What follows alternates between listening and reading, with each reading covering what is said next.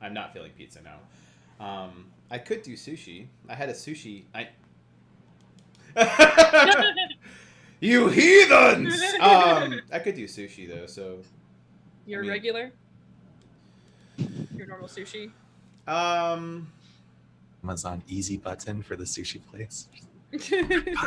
Yeah, I'll take my usual. Okay. And Oh no. Sushi? Alright. Everything seems to be working again. Let me get my notepad back up. Woot, woot, woot, woot, woot, woot. So we were going over cards. Let's go do some trivia. But I'll first wait to make sure that you're done doing whatever food is, because... Yeah, give me just a second. Oh, no, that means that people will actually get a chance to answer. Ah. Alright, What buzzers am I at the ready. I'm only at 17,000. Alright. What is the name of Alara's baby dragon? Alara. Atlas. Atlas. Good, 25 points. Boop, boop, boop. There's some great comedic possibility there. Just I don't know. Shrug. so many times this dragon's gonna shrug at you. It's almost as bad as the Woodforge things and all the wood jokes, like he lumbers into the room. There was so many of them. That's so good. But.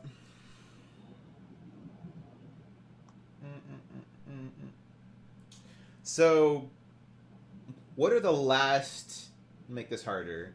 What are the last 3 things that Brindle has Calum keyed? Am I allowed to answer this one? I mean, you're welcome to. The other people will get more experience. So, Cass, you want to give it a shot? So I know he Calum keyed Alara. The very last thing he Calum keyed was Ty. Ty, Alara, and then do the fight. He hit back there. And then we're going, and then I think Pisces. I think that's correct. Brindle, was Pisces the one before the ones here? Yeah, okay. That's like, good.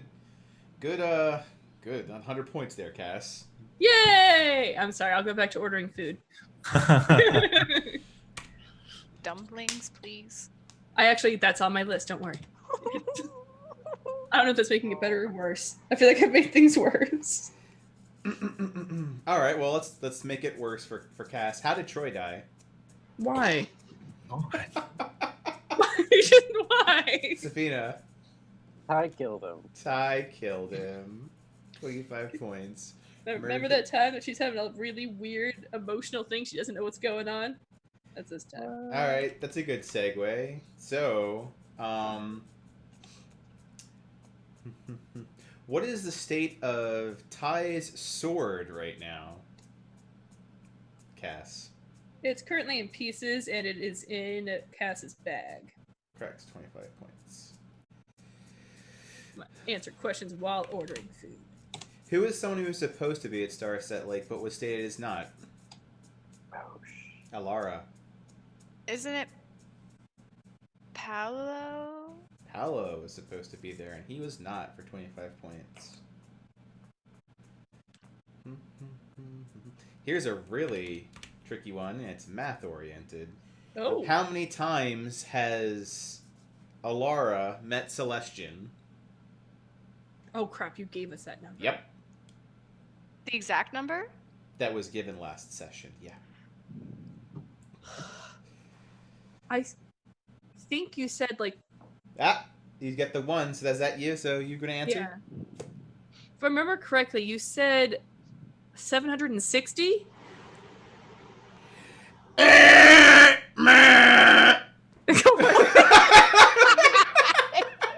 did that come from? It's something I had on my desk. It's a stress thing. It's squishies. No, it's not 750 some. Alara with your frowny angry face. 600? Approximately 600 times. Ah, there it is. I 25. switched. Yeah, I figured it. Follow up. Why 600? Oh, Why that number? I know that one. Fuck this shit, I'm out. All right, Cash, you want to steal? Because the song that is Alara's name, that's how many notes preceded, like her name when she went up there. It's That how many is- notes are in that song. For 50 points, that is correct. Because That each time she man. met correlated to a note in a song that is her true name or the true name of her divinity. Alright. Here's one, and I'll give her points if Safina does not answer it. Someone else can figure it out. Wait, I get 100 if I don't answer it? No, if someone else answers it, they will get 100. I feel like you will have the answer. This is a, are you paying attention to Safina's backstory comment? Safina had a romantic interest that he literally went to hell for. What was his name? Balefire. Bale. Shit. Is that right? What would you say? What was the first? Balefire? That's correct. For 100 Yeah. points, it was Balefire. Nice. Very nice. Who may or may not have, been a hooker. What? From his artwork, it looked like it. Devil may try. Let's see here. A little slightly easier because it's in session. What is the name of Safina's Grandmaster of the Order? Safina. So Sarah. 25 points. Slightly easier. You murder-laid one of the Zodiacs recently. What was its name? Oh, Brindle. Sagittarius. Sagittarius. Remember right. murder? Remember murdering? Oh, whatever is going on with my video card is not like life. Oh. Yeah, 1 second. I just Would a lost my Clyde help? monitor. Oh.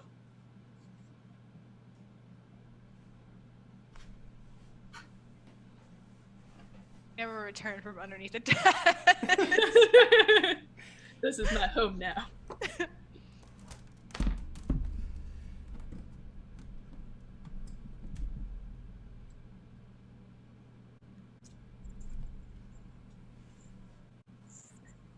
Yeah, I'm hoping it was just a loose connection. Okay, while you're doing that, I'm gonna return the floofs to their home. They want to go outside. Okay. I will be right back. I'm gonna bring the dogs in. Trivia continues. Bow.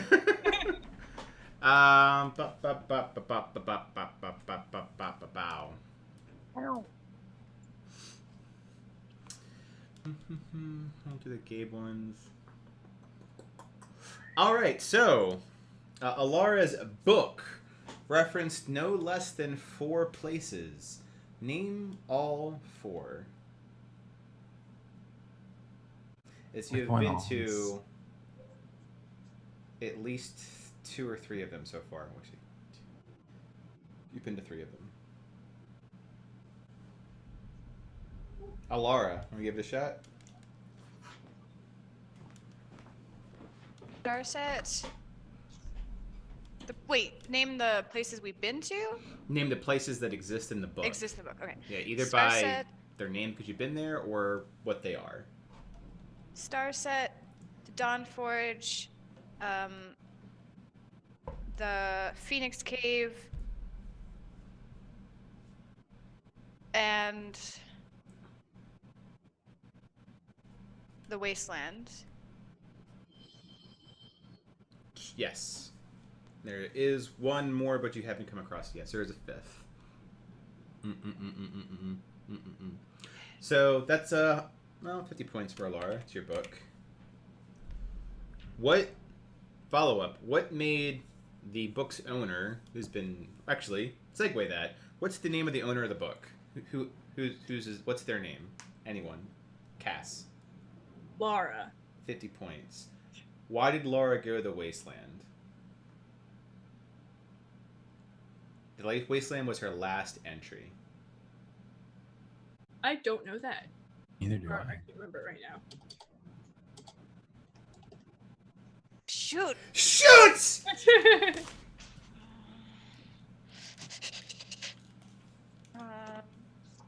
God. Oh God. You can do it. Ah! Oh no. Okay.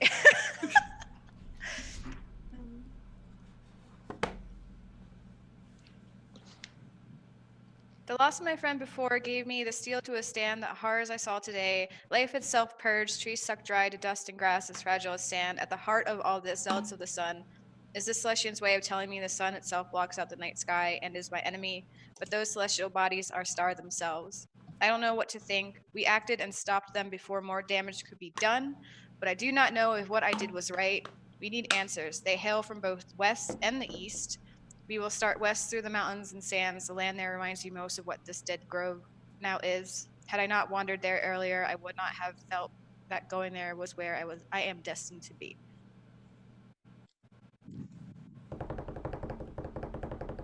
That is where we will go into recap. Let's recap what happened last session, as there was a bit. I feel like the best person for this would be Alara. I would second that. I shall push you in front of the bus as well. Beep, beep.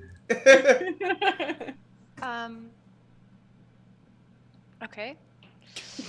So last time on the Wayfinders. last time on the Wayfinders.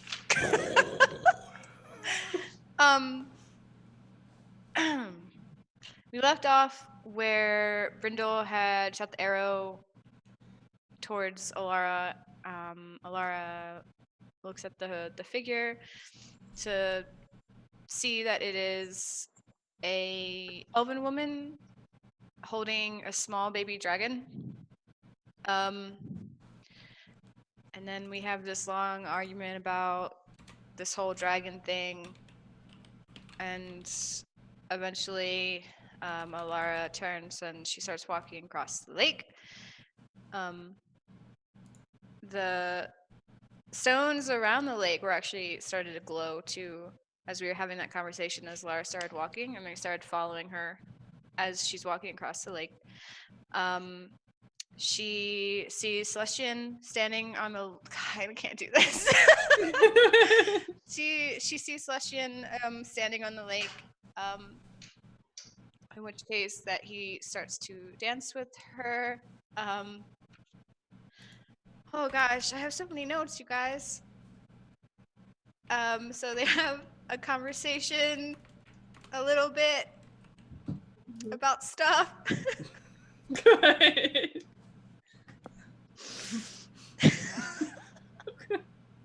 Beep beep. I don't know if this is just the scene doing it or just I feel like I'm put on the spot. I don't like these things.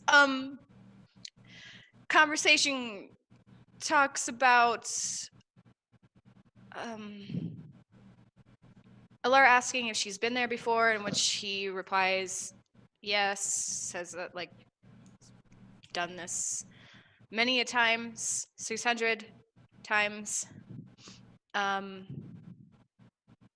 He says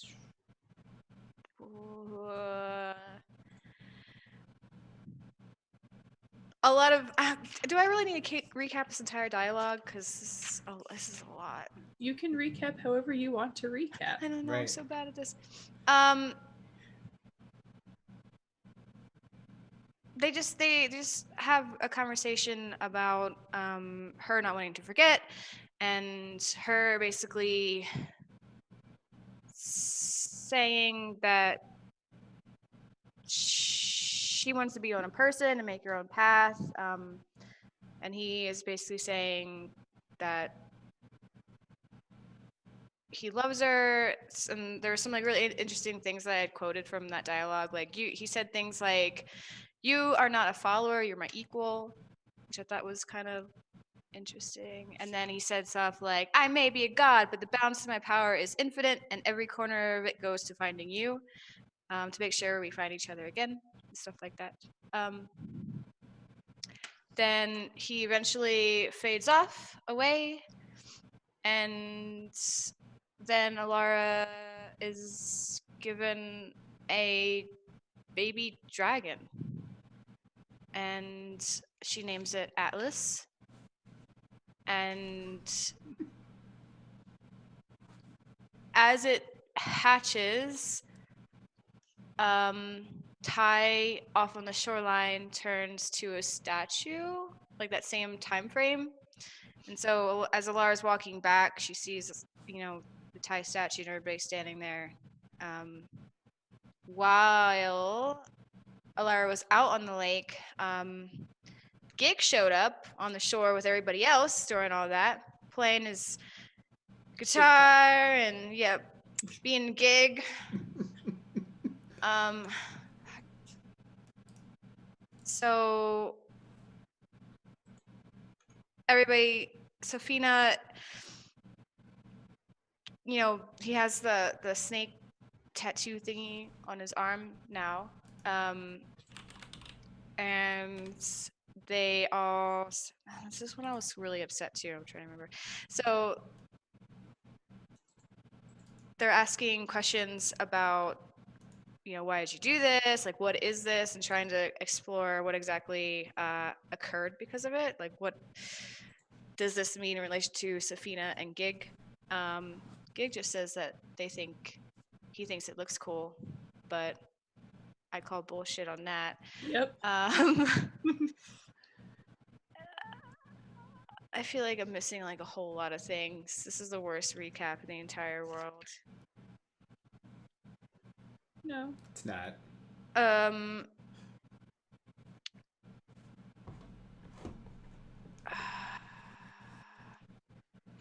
Yeah, I'm drawing a blank now. Oh, we looked at the memory orb too. Turns out that Master Yis was giving a code with the cards that he was playing with Cassandra with back in the Forge, but it was in These Can't.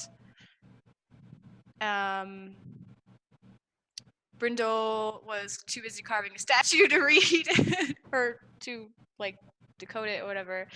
And yeah, that's all I remember of this session. And then the Mig scene. Mm-hmm. And anyone want to help fill in gaps?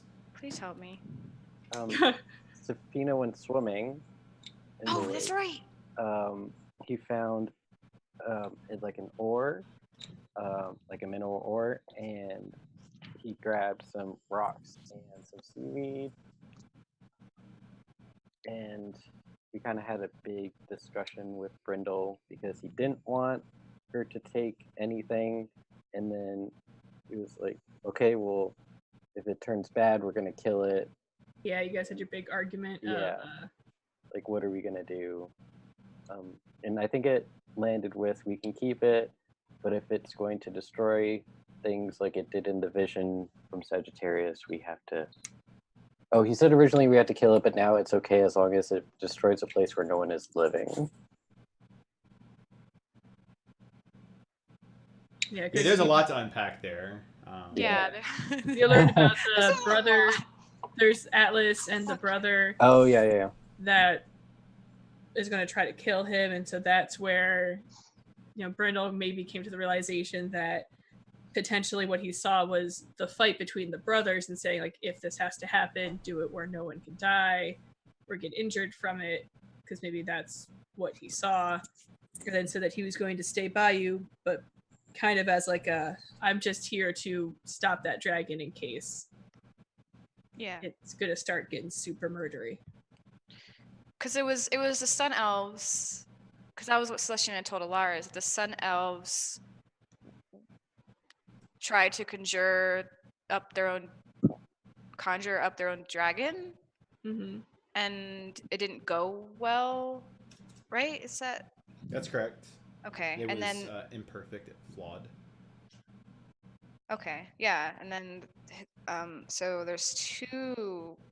So it was the brother that's already around, and then this new dragon Atlas currently. Brother dragon. That can go invisible when it's scared. Name of my next character. Brother. Brother! Okay, anything else you guys like to cover on the recap? I know that we found out, what was it? That it was kind of like our essence that helped bring the dragon to life. Mhm. And that's why Ty turned to stone. And it made some people forget Ty, but some people not forget Ty.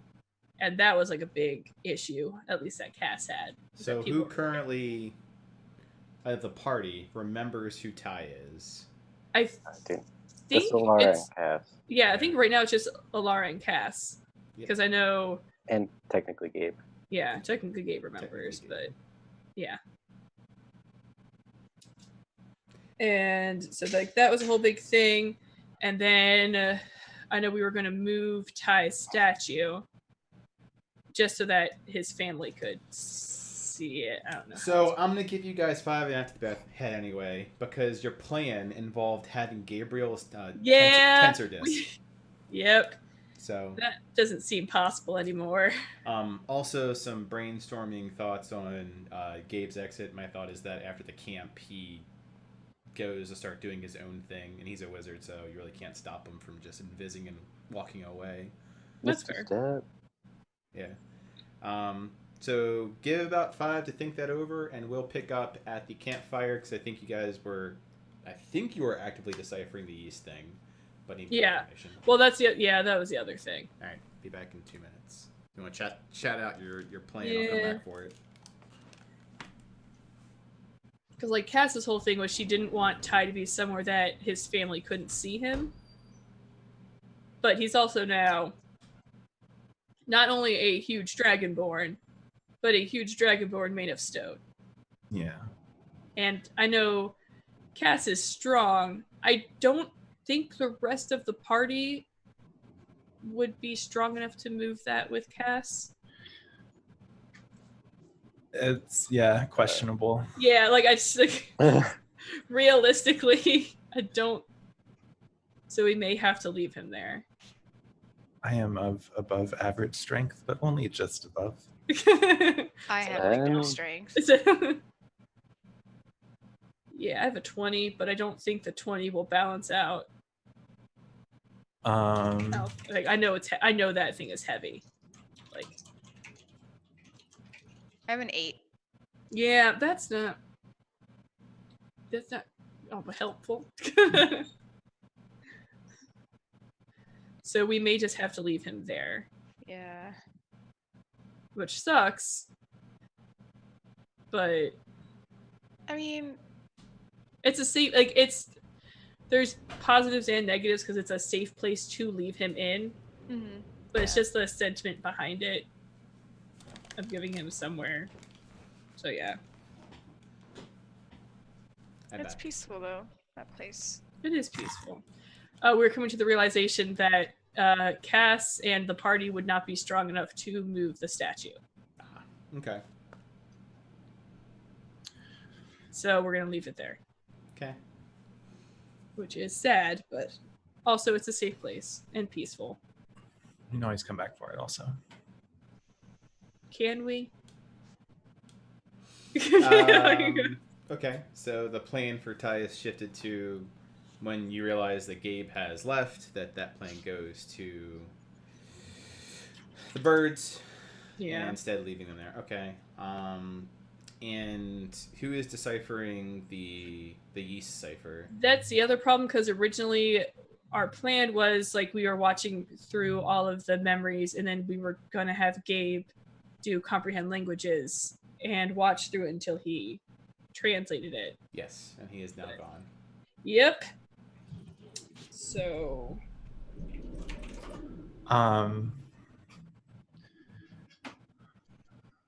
when are you guys still working on it by the time I finish with my we probably would be, yeah, because it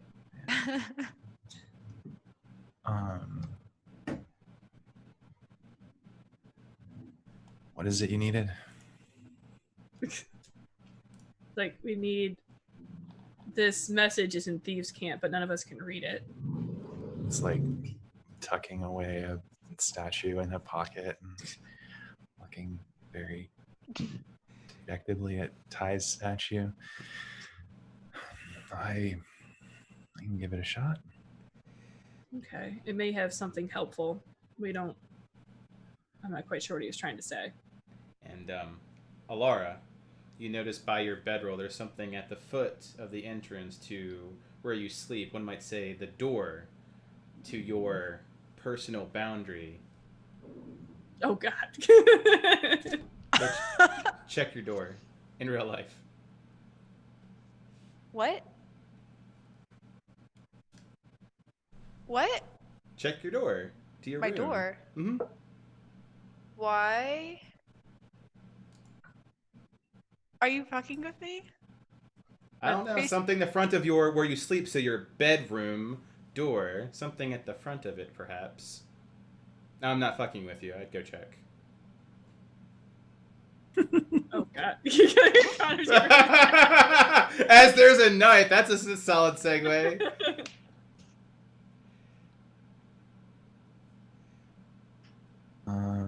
Oh, here we go. Murdered. It could possibly be murder.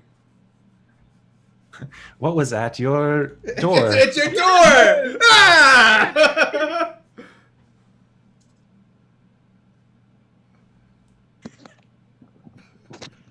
Ah! Oh my God, my ass was hurting so bad. Oh, this is thanks. A man. spiritual guardian appears. Whoa! And a pug. Scared me. Thank you. Oh yeah. All right, we're good. Well, in game, it's a flower, so here you go. A flower. Outside the game, it's a chair. Outside the game, it's different type of comfort, yeah.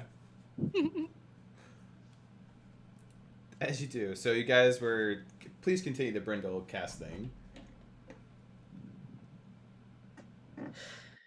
So I know that I'm assuming the out of character is Brindle going to start reading, trying to figure out what the Thieves' Cant is. Watch the video. Watches the video.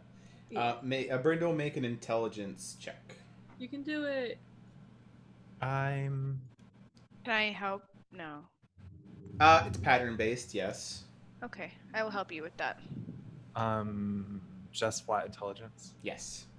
Oof da oof. Oh! Alright. You do figure out a message in it, because it's very conceptual in nature, as opposed to actual words. Is it everyone's Would gonna you share it, or do you want it PM'd?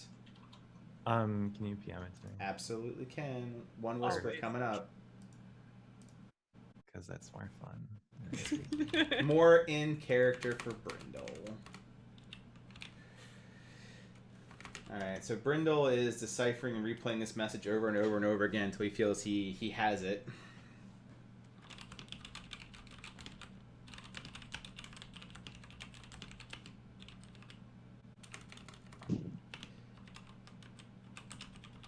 Calculate Ty's stone weight right now.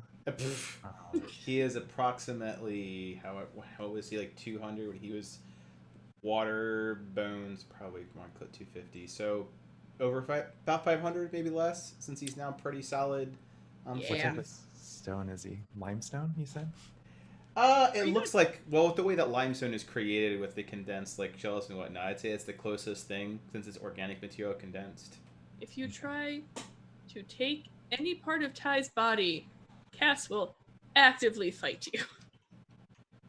I just imagine Brenda will be like, that's some nice stone there. What if I just take like a finger?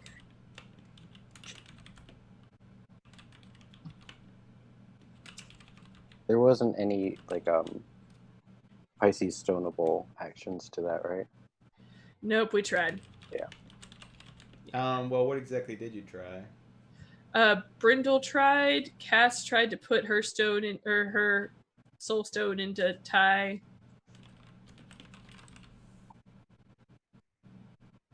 But then she put it into a tree. Oh, that's right. Yeah. Yeah, there's fucking a wailing willow over like, what's up? It's awesome. Okay. for carrying capacity real quick. Thank you, PHP. So you get the message from Yeast at the end. So Brenda would eventually conclude that.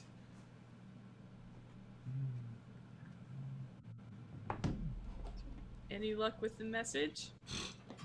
Are you gonna share with the party?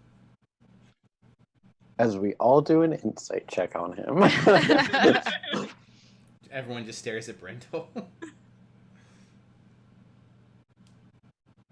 You're muted, which is true Brindle Am I? fashion. You were when you were talking.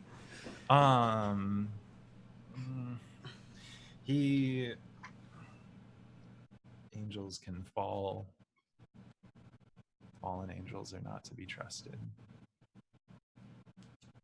If that means anything to you. What? Of course it's cryptic. Couldn't be easy. Fallen angels are not to be trusted?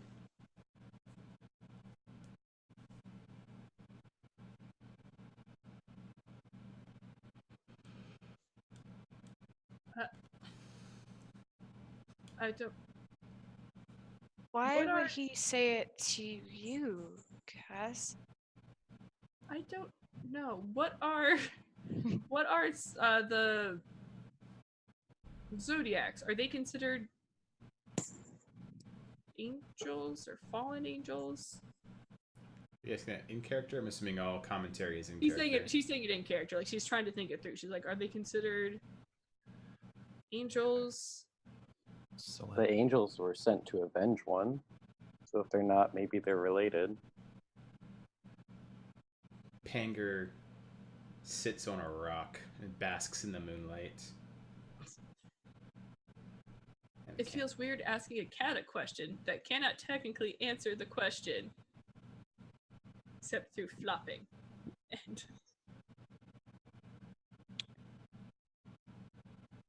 I don't Hurt?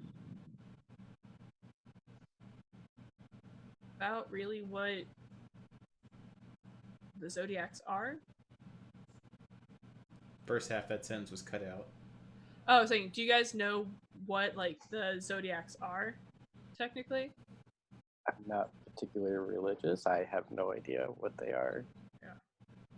Yeah, they have to be celestial.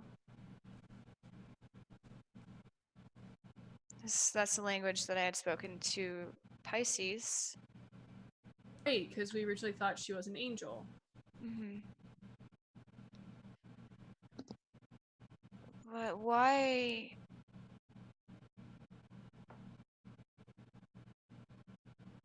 If that was the case, why would he say that? Doesn't make any sense. Because then he technically is also a fallen angel, and that just puts Right.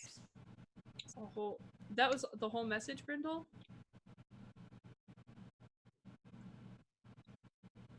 Can't hear you. Oh, what is going on? I don't. The mic's yes, reaches. it's that's the gist of it. It's a language of symbols and warnings. There isn't. That's my understanding of it. Also, maybe we just haven't met this fallen angel yet. But he said it's plural, right? Angels can fall. Fallen angels are a threat. Oh. Angels can fall, fallen angels are a threat. Is he suggesting there's a divide amongst them?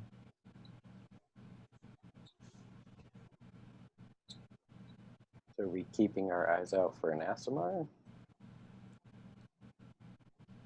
Well, angels can fall.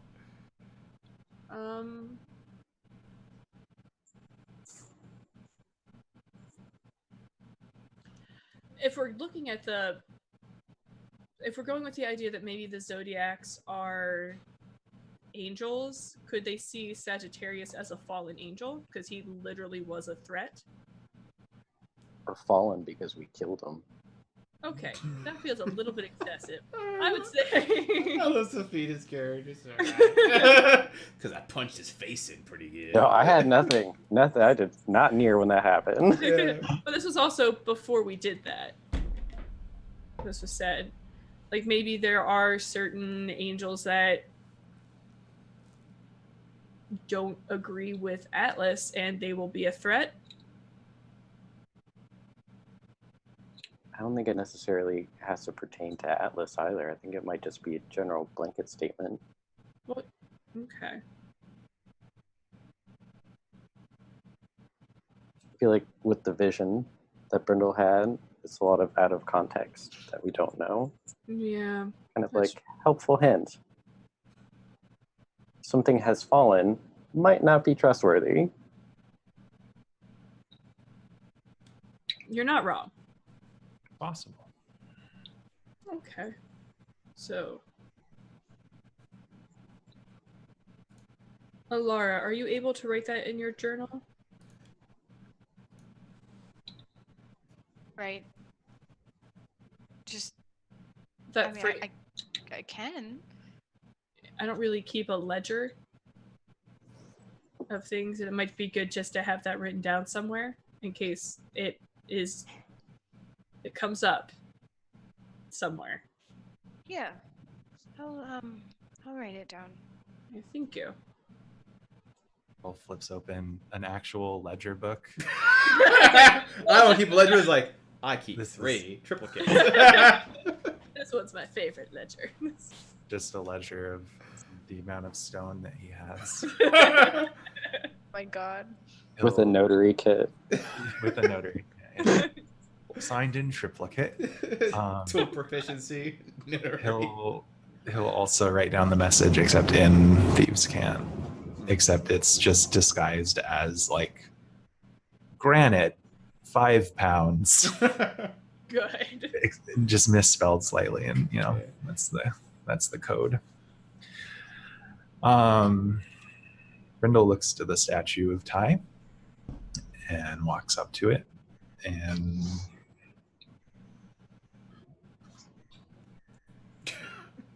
Starts doing some stuff.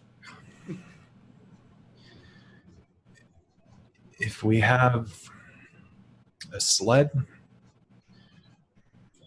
you could carry it, pull it behind you. Anyone have a sled? It's gonna look around like, It's the like- what? Anyone seen a sled? I do not have a sled. Yeah, neither do I. Notate also shakes his head. He does not have a It's like, sled. nope. We Hanger. can try our hand at constructing something rudimentary, fallen log. Depending on how important this is to you, it could be worth it. It is, I estimate he weighs roughly 1,200 pounds. oh, is that all? Okay. I have an idea which will definitely probably not work, Great. but I could try it. What's the idea? So he's going to walk up to the statue. Walk up to the statue and put his arms out. What's you? Excuse me. What's your- I thought she was already laughing at me. Sorry. He's going to stick his arms out Arm and snakes. yeah, try and use the snakes to maybe wrap around his arms and see maybe if they can lift it. I don't know. Yeah, they wrap around much like a whip, so they coil around and get a good grip on his upper body, like shoulders to underarms. However, they cannot move him. No. Yeah, that's fair. Yeah, he'll let them go and they'll return to his arms and be like, it's worth a shot. Would my shield be able to be used as a sled? It's not big enough. Oh, It's not like a tower shield. that's fair. gonna say maybe a blanket, but I don't think that would work very well. Yeah, I feel like that would rip within roughly 2 seconds. What else could we use there? Because there's no stones around, like, and of course you wouldn't make a sled out of stones. There's trees, but I literally just gave a tree life, so it feels weird. If you asked it to carry something. Are there any fallen like logs around or large branches or anything like that? Anything that we could make like a That's like a makeshift sled together with. Yeah. people carrier sled? Giving flashbacks from playing the Forest with Brandon and Sam now. Oh, God. So the place is surprisingly well kept, almost like it's kept in time. That said, there are branches that from like limbs of the trees and smaller twigs. It's possible. There's nothing large. You could, however, get a lot of them and fasten them together. Yeah. Didn't Sagittarius pretty much like blow up a tree? Maybe there's back like in the valley. Yeah, maybe there's a chunk that could be used. Only problem is if we go out there to get it, I don't know if we can get back in. If we really want to try it, I have enough rope where I could tie it around my waist. You guys hold on to it. I go out, and then maybe I could just walk back in. Don't know how this works. Or maybe you could tug it, and then like you pull me back. I don't know how any of this works. Because like, I think our best option would be to use what we have here. Try that first, and then if it doesn't work, then maybe try that. Okay. Panger goes and appears with a small stick in its mouth. To one-up Panger, Note returns with a slightly larger stick. Hold on, I'll be right back. I think food is here. Okay.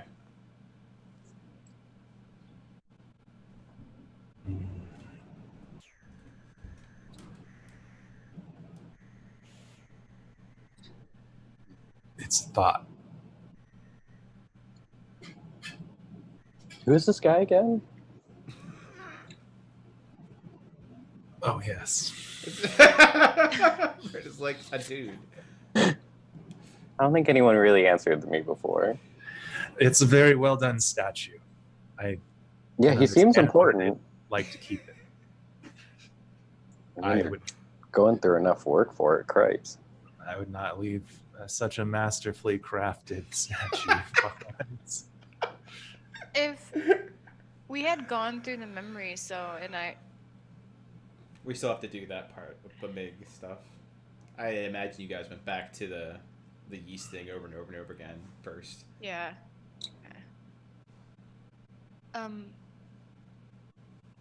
This is a statue of a friend. Was he a good friend? Looks Yeah. kind of mean, but I haven't met that many Dragonborns. No, he was a good friend.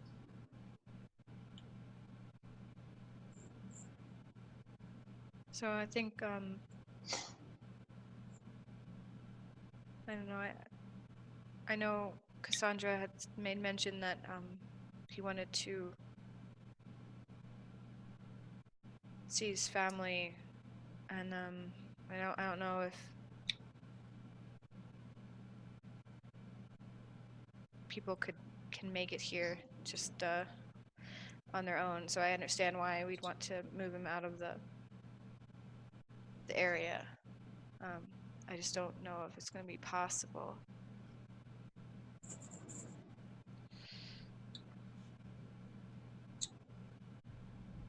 Can I look around the exterior of the lake and see if there's enough material? It's pretty sparse. After spending a few minutes going around the perimeter, you figure if you spend the night, you can gather enough to do so.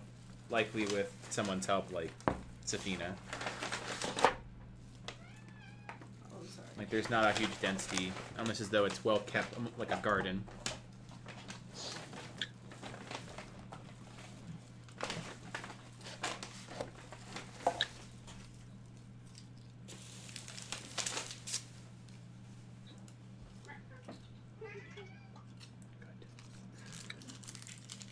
Just have to leave him here. I don't think he's going anywhere. You're not wrong. Yeah, I guess Safina would start going around and looking. Are you gathering large branches to start building getting materials for a sled? Yeah, but I'll keep my eye out for anything that might. Did you ever Come up. show the rocks and seaweeds to the party, Safina? That you got from the lake? I think I was gonna show them to Gabe. Gabe at the campsite seems deep in thoughts, and then when everyone's discussing things, you find that he has gone invisible. He will leave a note stating that there's some things he needs to figure out. He will be in touch. He's gone. Gotcha. Okay, so Safina will stumble upon the note, and he'll in one hand he'll have the note, and then in the other hand he'll have like the seaweed and the stones because he was going to show it to him. Right. And he'll kind of look at the group like confused and like, so Gabe's not here anymore, and he'll like wave the note, and I guess he'll hand it to Alara if she's closest. Like he left. I think he had stuff he needed to do. He left? Yeah, I don't know. When I was talking to him not that long ago before the lake, he seemed fine. But maybe it has something to do with Gig, I don't know.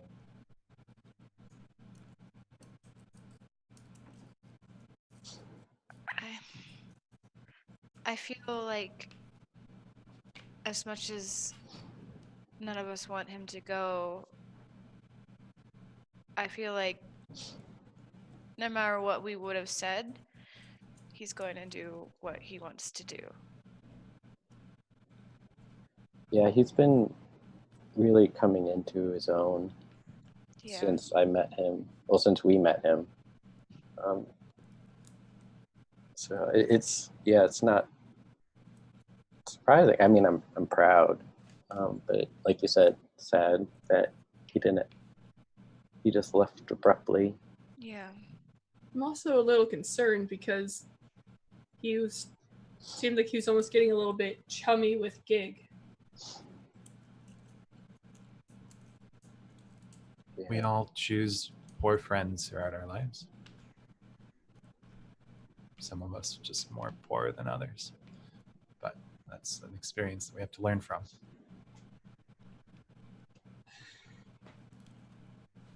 Yeah, except the last time someone I knew made that decision, they got killed. That's fair. Well, from what I've seen, he seems quite capable of taking care of himself. And at least to give myself selfish comfort, I'm going to go with that.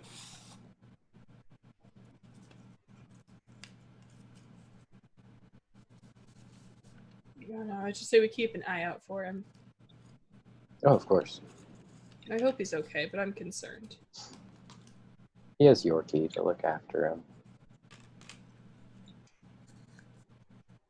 And all the while he'll have like the stuff from the lake in his hand. I don't know. Take notice. Maybe Brindle because there's a fancy ore, but I don't know if you're looking or care. Oh, it's there. It's fancy. At least the ore is. The rock's not so much. The rocks are rocks. Rocks are my favorite thing.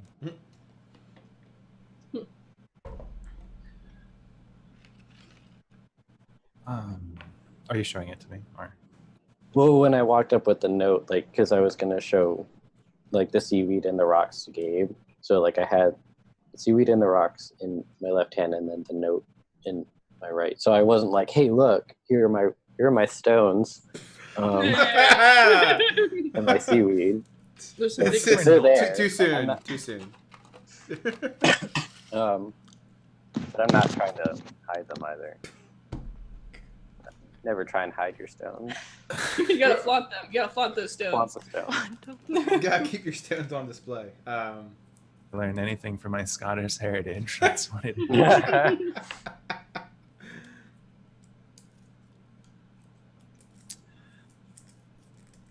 That is an abnormal thing. Metal. Good. No. I've never seen anything quite like it. People just leaving abruptly. The ore. The, the metal in your hand. we have Hill- changed subjects. I am used to people leaving abruptly. Oh god. Aw. We can talk about that. And he'll look down and like, oh, I just thought it was shiny, and he'll kind of extend it out to you and be like, do you know what it is?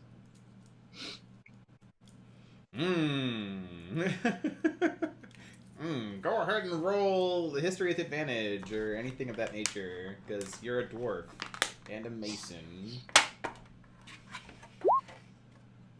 Yep, 17. Yes, dwarves are used to these mythical types of metals. Adamantite is what it looks like. One of the hardest substance metals known to Abertoral. Brindle will take out a piece of sandstone, or like something a little bit harder than sandstone. He'll pull out, like, he has some marble, sure. He'll take out just a piece of marble and take the ore in his hand and strike it against the marble.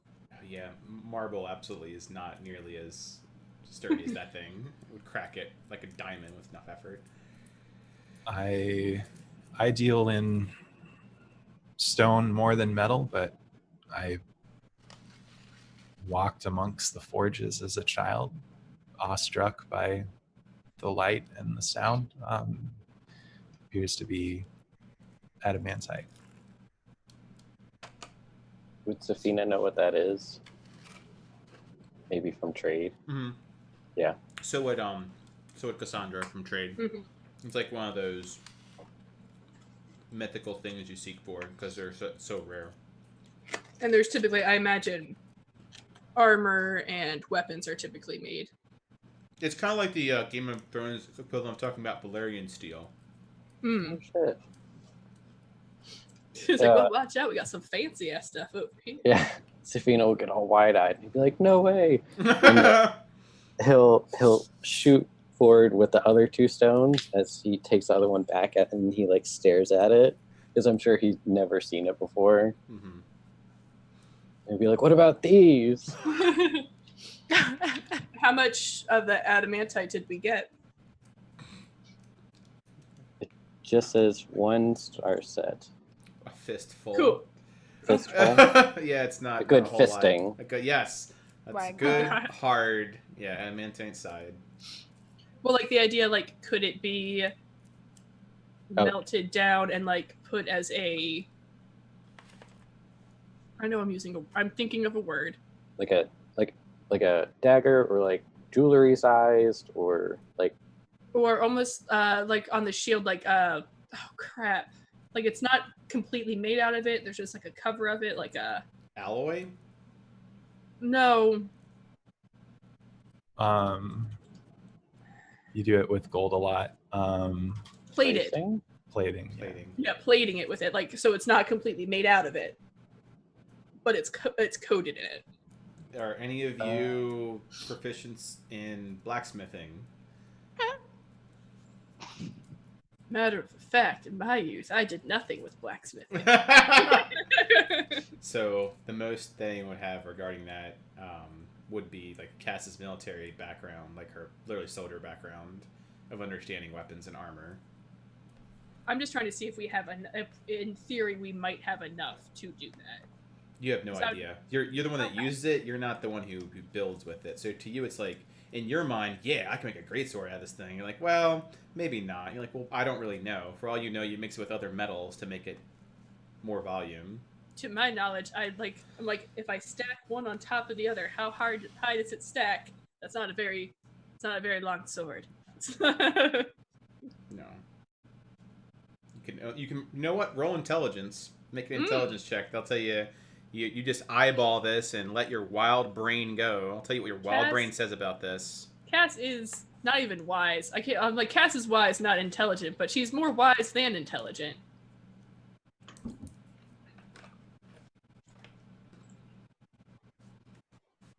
You can do it. If you roll a crit, I will just pee myself. 17. Just going off of the size of it, you imagine you could probably make a. If you could like mold it like clay, you could have like a dagger. Okay. Maybe a short sword if you got really creative with it. But not enough to cover like the front of a shield. You figure if you played a certain way, maybe. Okay. Are you gonna steal my ore?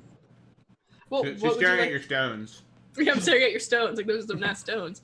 Well, I'm just trying to think of like what we legitimately could use it for. I think I just have this theme of getting cool materials that could be used for But badass ne- shit, and then never You got use your dragon. that. Like, this would be really cool if we could do something with it. We're not going to, but just No. think about Some how people cool craft, some people gather. Safina's the gatherer. Had we those lost our bones. crafter, so We we need Two just, to seasons. make some adamantite knuckles. Yeah. Oh yeah, Dope. for badass bracers. Wonder Woman, that shit.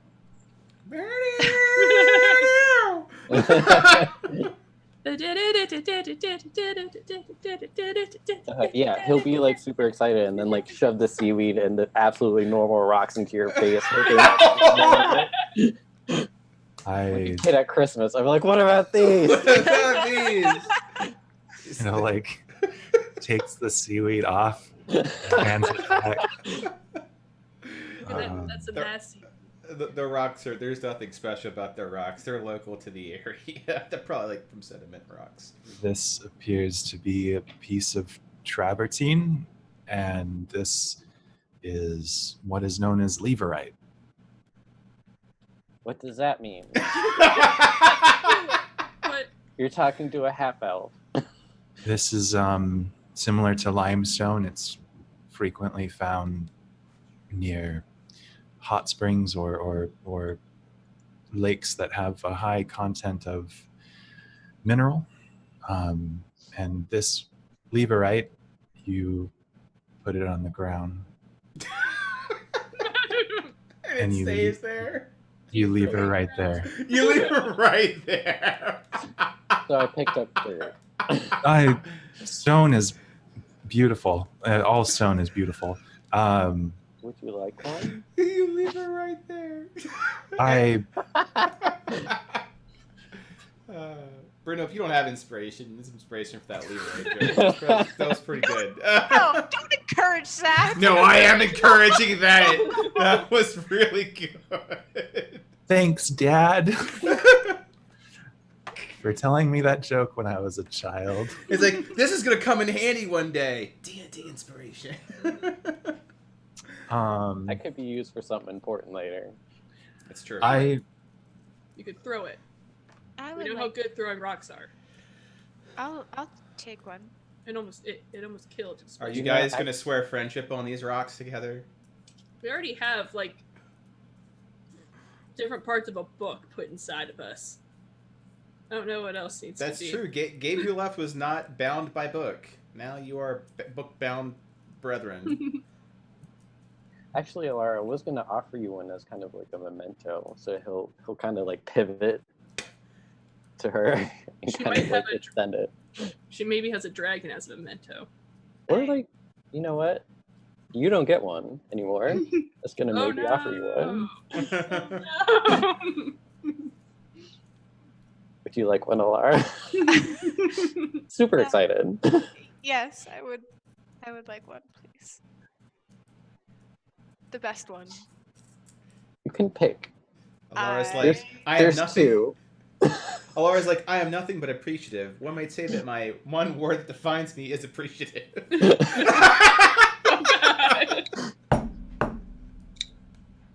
I just take one of the rocks. Yeah, The left one.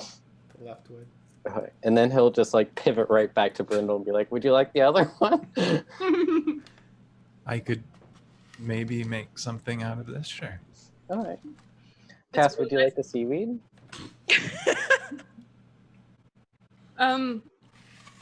Does the seaweed do something?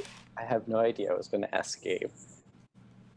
You could dry it out and eat it. It is. I could turn it into food. I could cook for you. Would you like that? I'm doing this. You guys are the most important people in my life. Aww. It's all right. I'm pretty sure that if I died, you guys are the only ones that would really care. Oh god. So you do want me to cook? Actually, yes. I was concerned about rations before. This would be something that we could have like as a trail snack. Yeah, Belania, she taught me some cooking things, and I think I have one written down that is seaweed based. Do you need other things other than seaweed?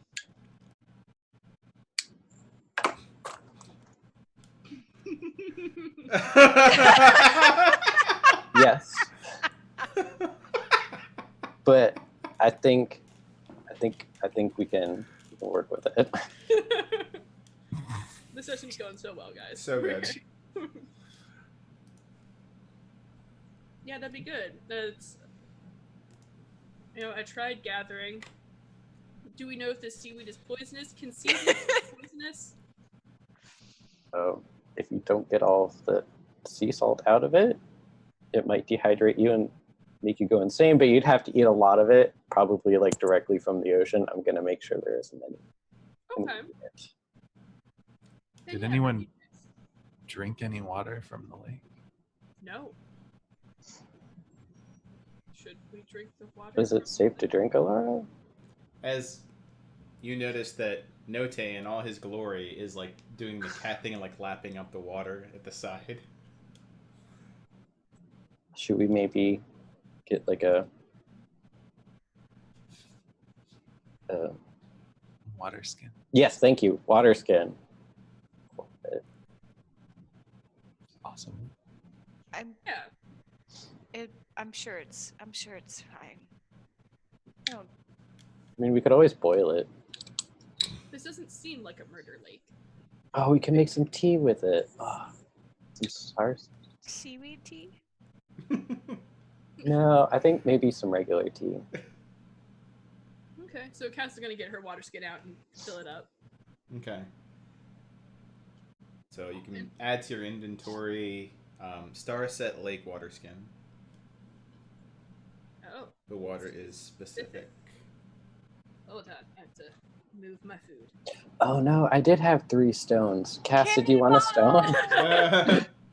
Well, if everyone else is getting a stone, I'll take a stone.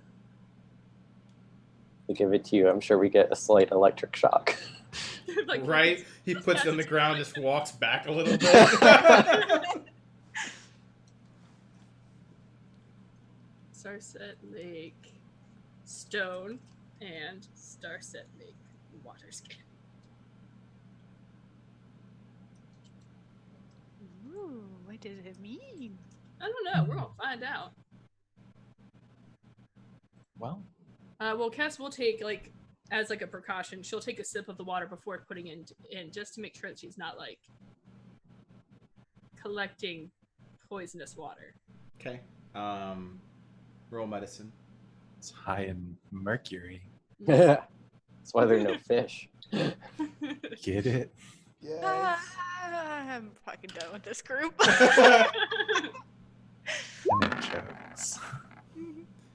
Very I'll let mercurial. 14. Yeah. Other than your brain freaking you out, you appear to be fine. Slightly more hydrated than before. Okay. How's it taste? I would say it tastes the closest to water. So should we all get some? Yeah. I mean, I haven't died. So that really is the goal. And it seems like ever so slightly more hydrated. So maybe my skin will glow a little bit more with the hydration than it would with normal water. Ty's unmoving statue is silently judging you. There's a sudden I- shiver in the air. I take out my own water skin and I fill it up and I take a drink. Okay. I'll fill it up, but I'm gonna save it for some tea. All right. So everyone's, well, at least Safina and Alara are filling them up. Alara. Cass would refill hers. Like, Right. Alara, I need you to roll religion oh, as you drink the water from Starset Lake. is it bad? Oh god, is it bad that like my brain is like, is this lake filled with Alara's tears from like the 600 and it just got a little bit. What the fuck is wrong with you people? I mean, realistically, it could happen. Salty. Yeah. I do Are they think- salty? Is this Are they lake salty? salty? Why is this natural lake water so salty? Yeah, that's 600 years of crying. It's It a, could. not 600 years, 600 people and their Yeah. tears.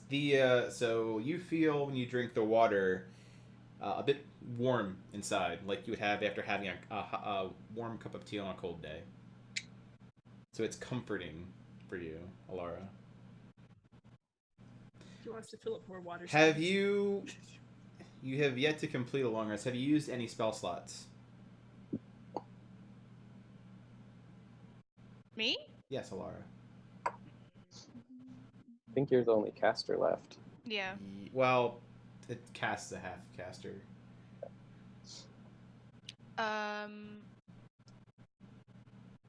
Imagine yes, because we didn't get a Long rest yet. long rest since we fought Sagittarius.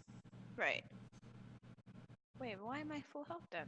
Yeah, I thought we did. Because you just leveled up, maybe you automatically boosted all your things back to where they were. Didn't hear it. What? Yep. If you said something, I didn't hear you. Oh, I said yeah. That's probably what I did. Okay. Okay. But to answer that question, then I would have like 1 or 2 spell slots. Okay. Drinking the water, you end up recovering a level 1 spell slot. So you feel warm and comforted. Mechanically speaking, your faith in your god is revived, restored, refreshed. Oh. Okay.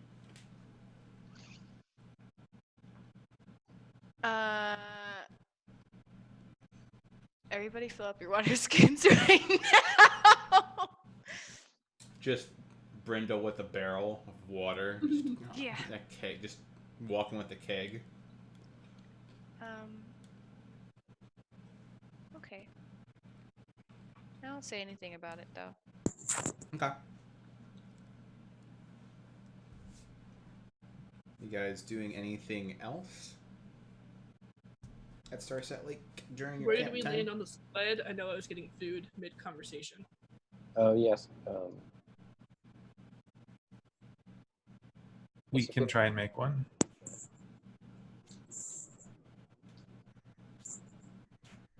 I would like to try to make one. Okay. The ramifications of spending time gathering and putting together a sled is you will not get the benefits of a long rest, but you will have a chance to roll to make a sled. And two we people. roll. Can we roll before the exhaustion kicks in? At that point, you're committing to it. Someone gathering, someone lashing it together. So 2 people, 1 person gathering, 1 person crafting. They would not get the benefits of a long rest. What? This be a Like a tool check.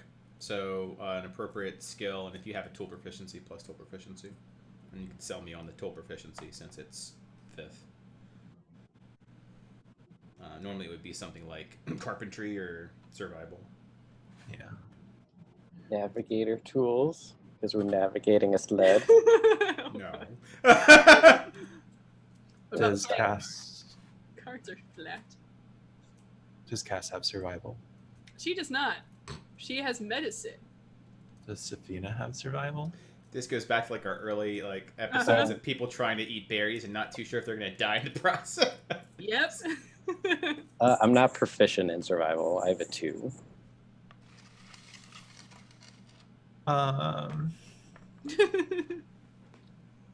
I could. Can we argue it that is an athletic feat to actually make this sled?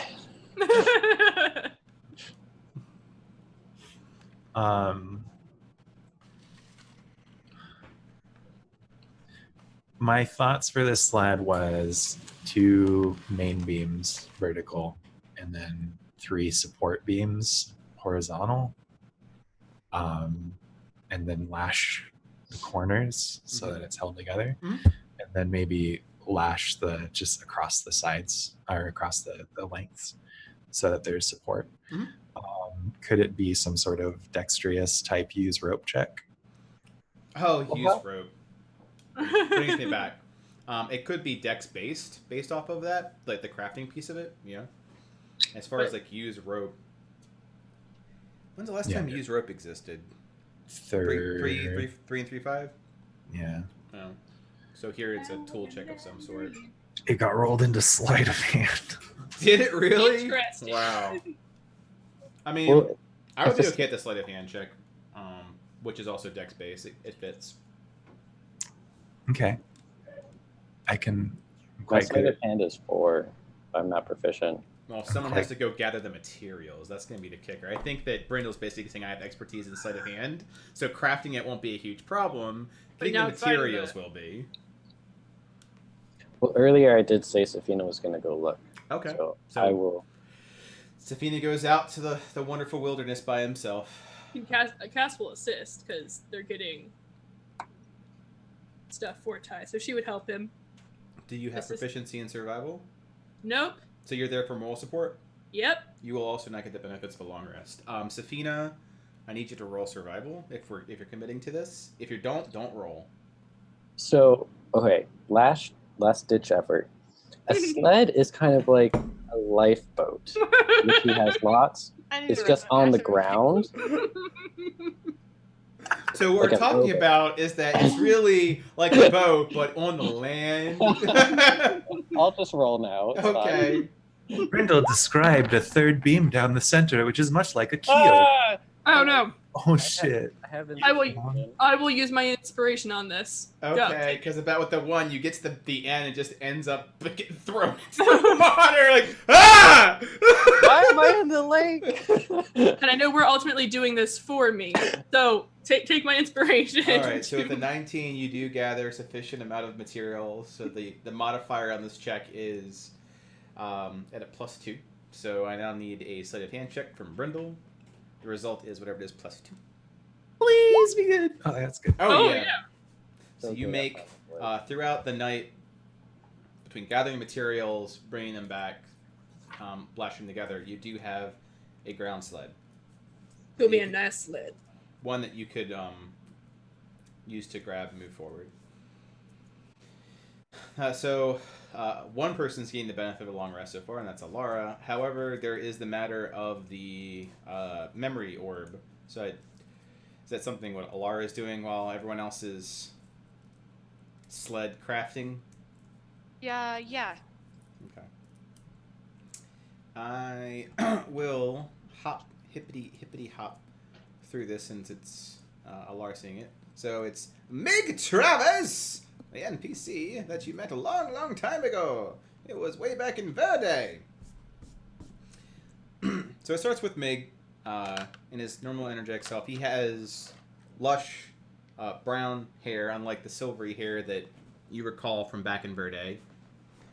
It's like, well, Laura appears to be concerned about losing her memory. I've been crafting this originally to one-up her bookmanship, as the technology has wonderful capabilities here in Arhor'ha, whether people believe it or not. And you see from behind Meg, and where he's currently standing, he is at the lake with a small party behind him. There is a woman with elven features and red hair leaving a rock along the lakeside. There is a very well-dressed man who is garbed up, that is human. At this point, the one guy's dead, so that guy's not there.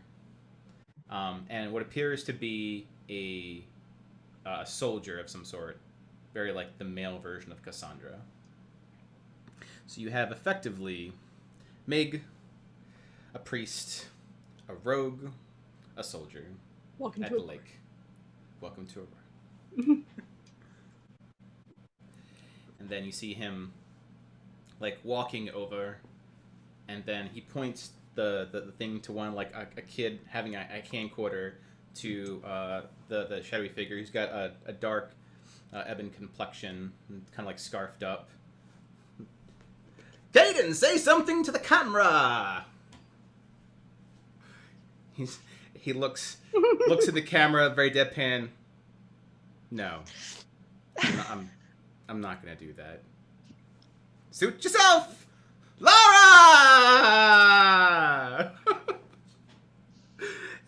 and you get a good image of what this woman looks like now.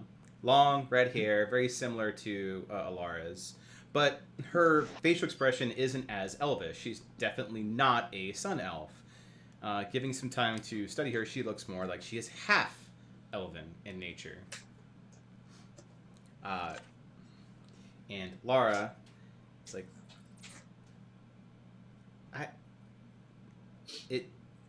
what? Fair enough, ladies and gentlemen, Lara.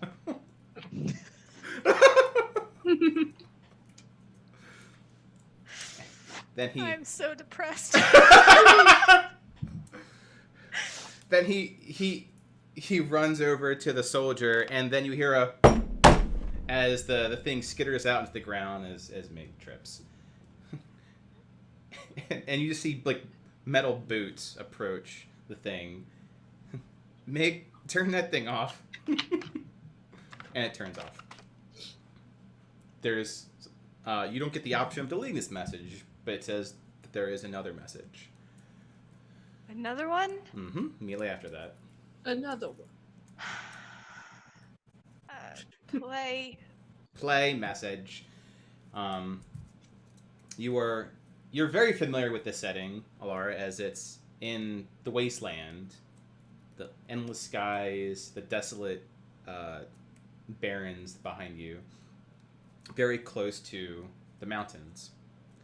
And there's no one talking. Everyone's watching a funeral pyre. And it just stays there for a while, just watching like someone would a campfire. This continues on for 30 seconds. In the background, you can see how the flames are licking against the mountains, and how the lights are opening up parts of a cave with the pyre light. Nothing is said during this scene, and then it just ends. And there is one more message. Play. You see Meg holding a beautiful sunset feather in his hands.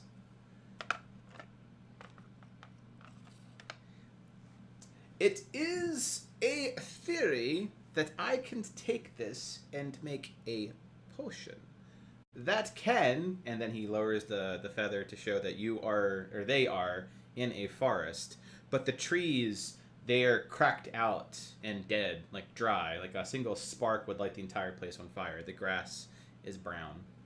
But not too far away, you can see how it goes almost sharply from brown to green.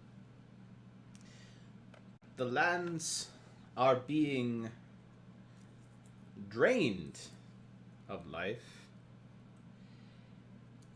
So one could theorize that if you returned it, it could get better. And at this point, you notice that his beard has like salt and pepper effects to it. Okay. Let's see. You notice in the background that there is civilization. Like, there is a signpost. There is what looks to be a building that's vacant. And you're not too far from a mountain range in that picture itself. Mig then goes on for a long time about arcane theories that goes at least 20 minutes about this feather that he got from the Phoenix Cave and what's going on with the land and soil samples and plant samples and rock samples. And then in the middle of the conversation, it just cuts off like message too long. That is the last message. Okay.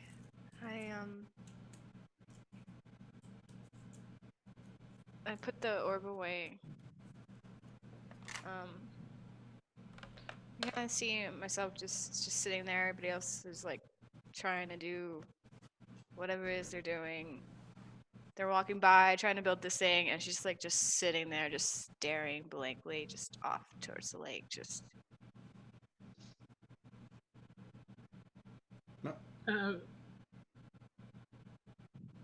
Depending on like the timing of this, Cass will want to check in on Alara because that's concerning.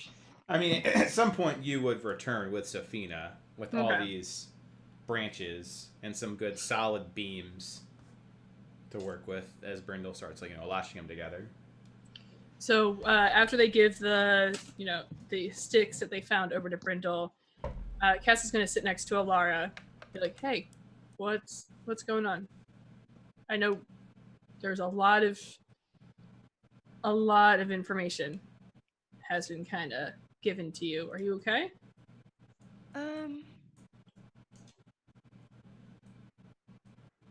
Yeah. I have memories. I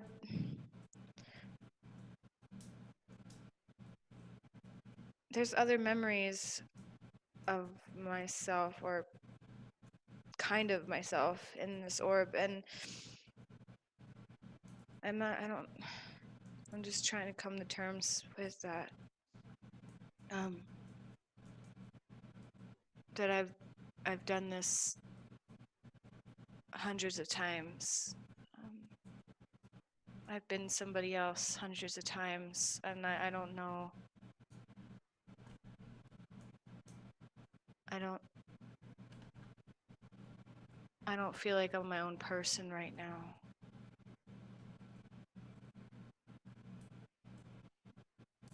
Well, I know you said that this has happened many times, but didn't you mention something about every time you're someone different? Yeah, it seems that way. I feel like they're me, but not me. I don't know how to explain it. Is that why you don't feel like you're your own person, because you've been parts of the same person multiple times? Yeah. Well, I don't even know how to process this, and how am I supposed to go back to Mig and Verde and talk to him knowing the things I know now? It's just I just don't know how to process it. Oh. I don't think it's something. I don't think that's something you're going to figure out how to process for a while. Yeah. But just because you've been part of yourself for so many times doesn't mean that you're not still you.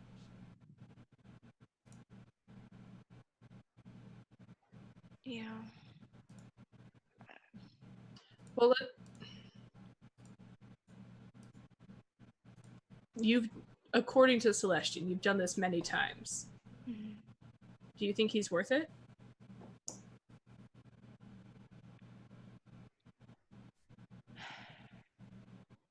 Is it worth it if I keep forgetting over and over and over again? Yeah.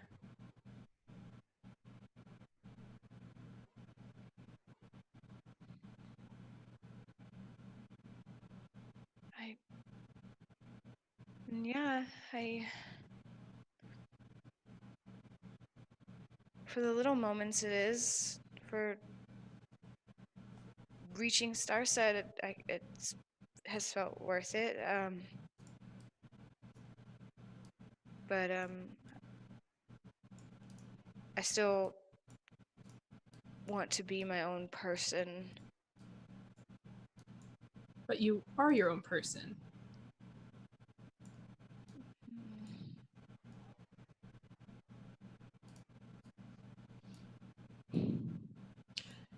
Just lives before doesn't mean that you're not your own person.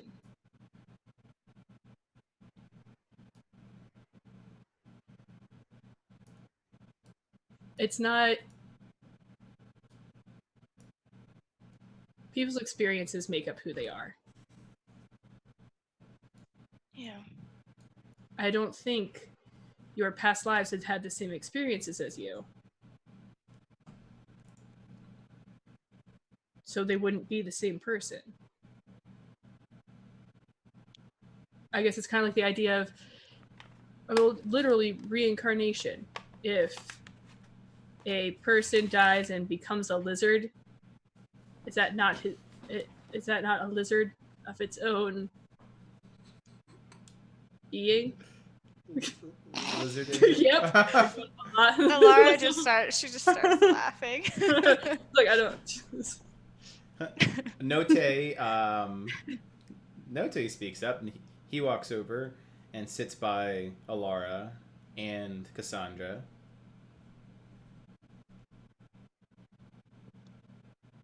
Just looks at the two of them. Yeah. Yes. Do you have any thoughts on this, Note?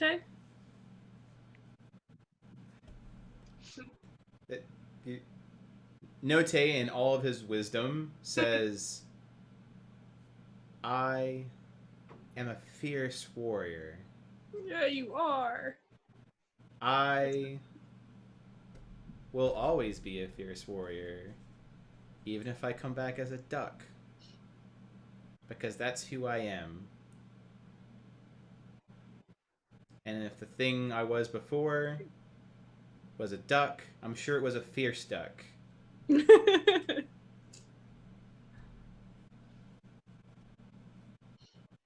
then he puts a paw on Alara's lap. Be a fierce duck, Alara.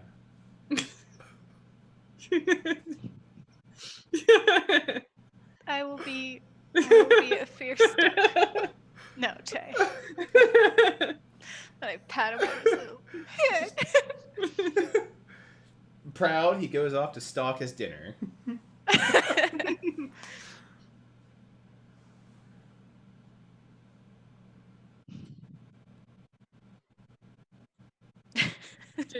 Did that help? I don't know if I just hug Cassandra. I'll hug her back. It helped. Atlas starts nibbling on Cass's hair. No, Atlas, no. No. It's like, I'm helping. Actually, his stomach rumbles. He's hungry. Oh, right. What do you feed him? Oh no. He is a baby. baby. He was literally just born, and he has had no food. What do you feed a baby dragon? I don't know.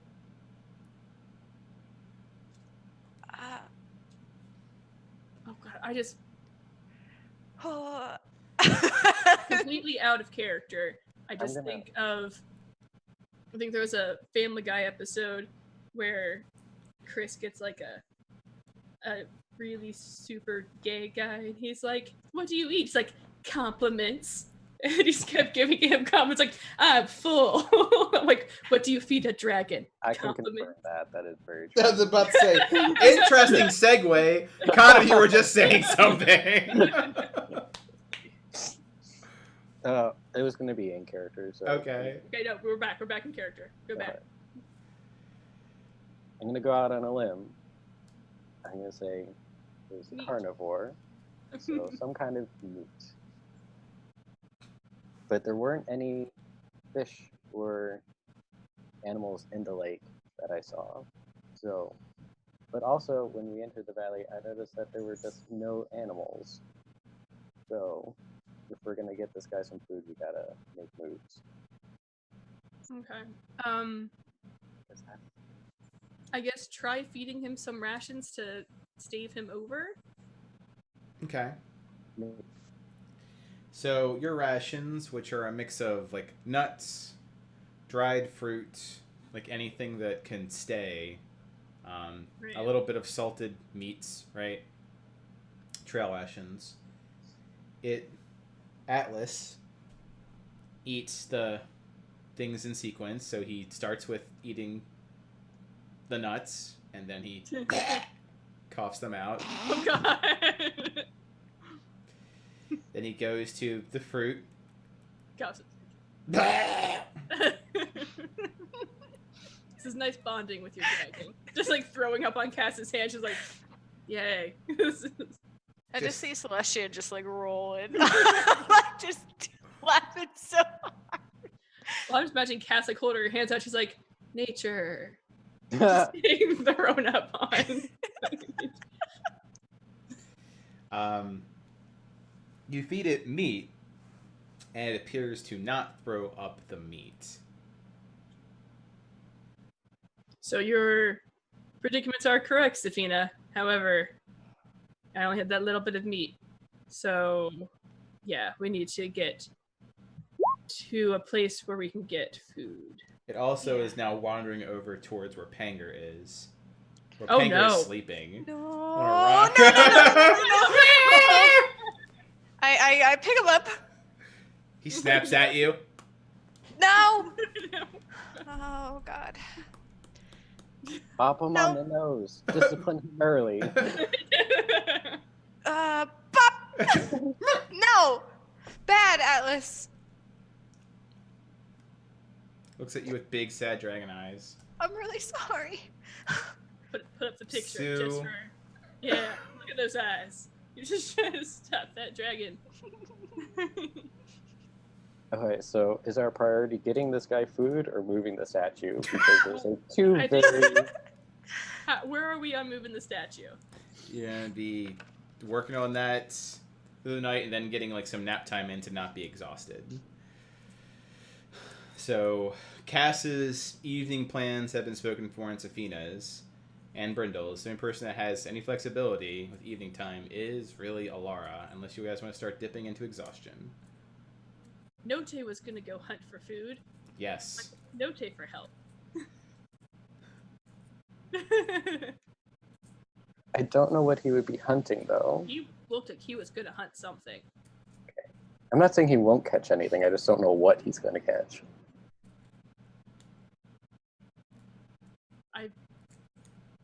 Panger, are you good at hunting? Panger, who is sleeping on a rock, opens up like Okay. one eye and closes it. Fair enough. Okay. Yeah, Laura, maybe you want to try to find Note, see if he can help you hunt some meat.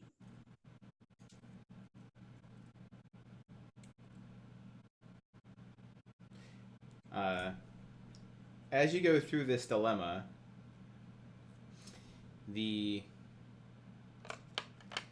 Panger gets up, as being awake now, does like the cat stretch where his butt's up in the air and paws are forward, then the other way around, and starts running at Alara. Like,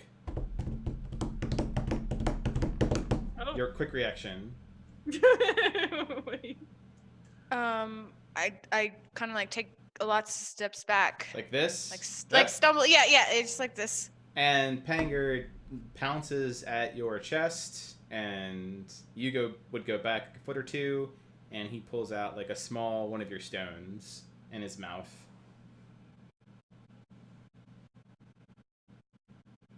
Did I fall? No, it's just like you were like someone like gently pushed you back.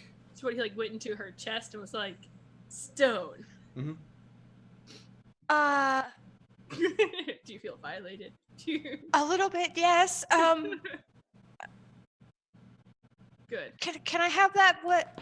I take it out of his mouth. He resists. Roll athletics. Okay. Athena is very amused by all this. I mean, that's just oh good. I think the cat's gonna win. Yep. No. Yeah. I'm negative one. No. You attempt to do that, and Panger like jumps back, and then like jumps on your arm, and then runs up your shoulder. No. Then jumps on your head. Give it back. Give it back. And like when you go like this, he jumps over your hands and lands again, then jumps. Finger, what are you doing? Like, And then he tosses the orb to Atlas. And Atlas, like a well-trained dog, opens up and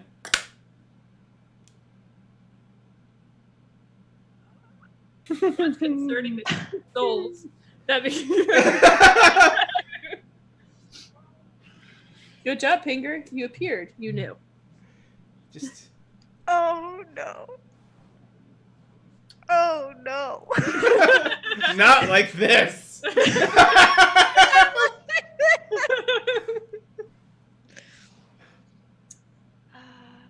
don't think we need to go hunting.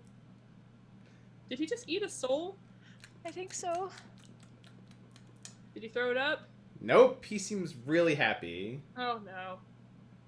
Oh no. And now he is going up to Alara and curling up and falling asleep. Happy and fed.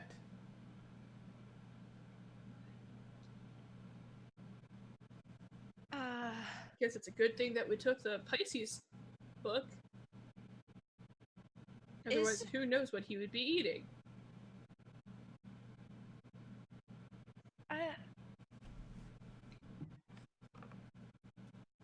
That was very interesting. So your Brindle's dragon yes. eats souls. Brindle is what I imagine working, but he could see it, yeah. Okay. That's all. I was just curious. I just imagine there's a book like, so your dragon eats souls. What do you... How to feed your dragon.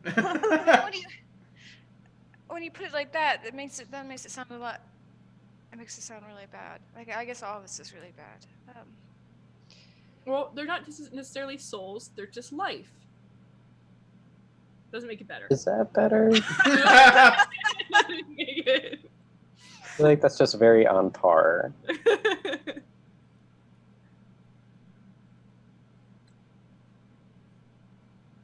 Okay, that's a thing. That's a thing. Okay. I guess I'll have to just keep doing that to feed him. Well, maybe that can be like the backup. Maybe let's just try and Yeah. have meat ready for him. Okay. He seems to eat the meat. I feel like let's try not to feed him life and souls if we can. Why would I be in charge of something that does that though? Because you are there to make sure that he stays in line.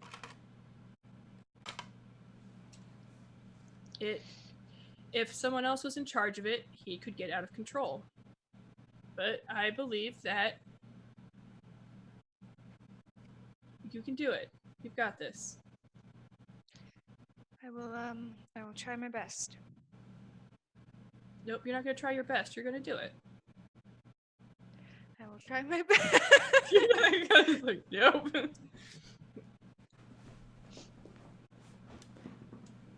Well, let's get this tie things figured out. Yeah. And like, if you look at Cass, you can kind of tell internally she's screaming, just a little bit. It's just like the drag. She's like, this. Insight DC 5. Yeah, it's like, huh. All right, this dragon eats souls. That doesn't feel very good. You're not helping me right now. Oh no, she's just saying that internally. Don't worry. She's just like, huh. Good. Okay. It's like, this is your biggest challenge yet. Don't make this one go to the dark side and eat just everybody. All the souls. Oh, God. Okay. So, let's focus on what's ahead of us. We need to move Ty. Mhm. We need to get meat for Atlas so that he doesn't eat souls. Mhm. We need to go somewhere not here. So,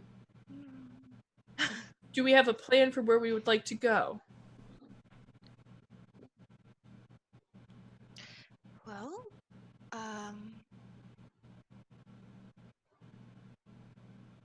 You said that Troy's village was not far. Yeah. Yeah, that's not far at all. I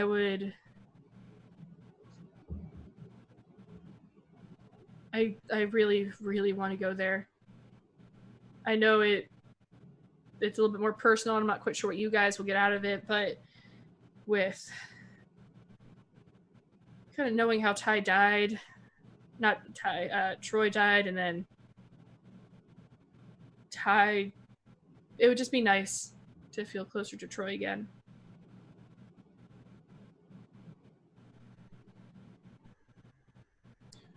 yeah. I could use some more arrows. Hopefully there's a Fletcher in his village. I'm not quite sure what the state of his village is right now. Not good of what I know. I don't know, we always wanted to travel and go there because he just wanted to know a little bit more about, who he was and where he. So it's been a long time since we talked about Troy and Cassandra. Yeah. Troy's family was forced out of the village by violent occupation. He was getting stronger to go back and reclaim it. Oh, good. That did change from what. Yeah. Does Cassandra know that? Yes. That's why they were getting stronger to get there. Right. That's why they were training so much. That's how they became close to begin with, as training partners. Training partners to sack a small village. Good stuff. Everything's fine.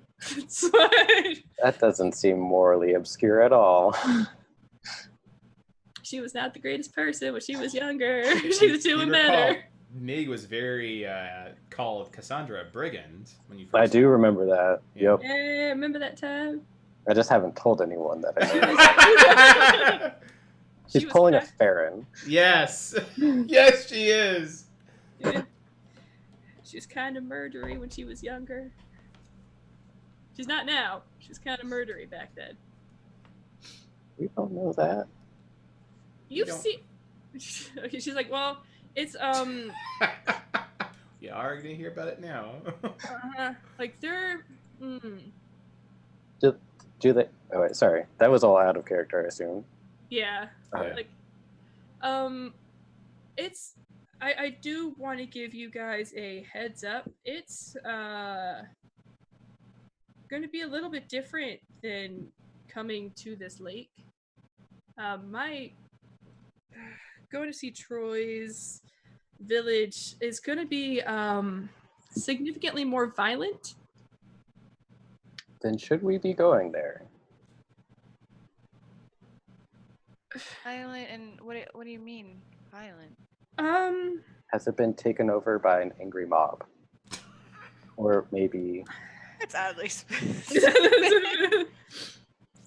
So I Been playing the Hat in Times like Mafia take over town. I'm trying to think of... Or gnolls. Is it a gnoll infestation? is it Knowles? So you guys have only known this who I am now. In the past, I had different goals. Troy and I we were training to take back his town because he was forced out. Why was he forced out?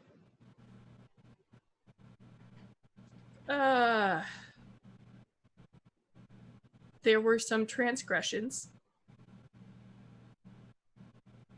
Okay. But Is that all we're getting?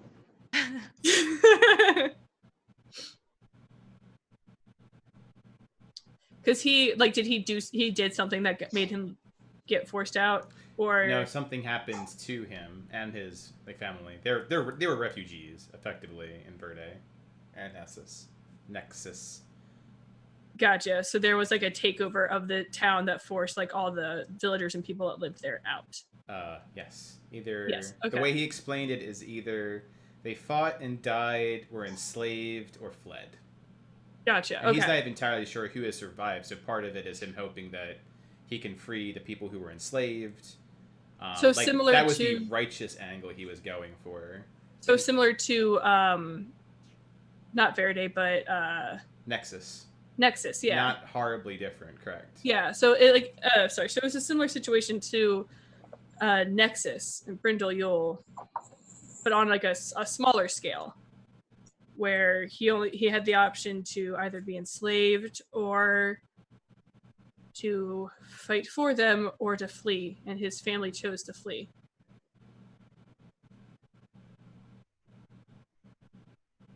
Who took over the town? Do we know? I don't. Monsters is all he said. Yeah, like the most he would give me is monsters.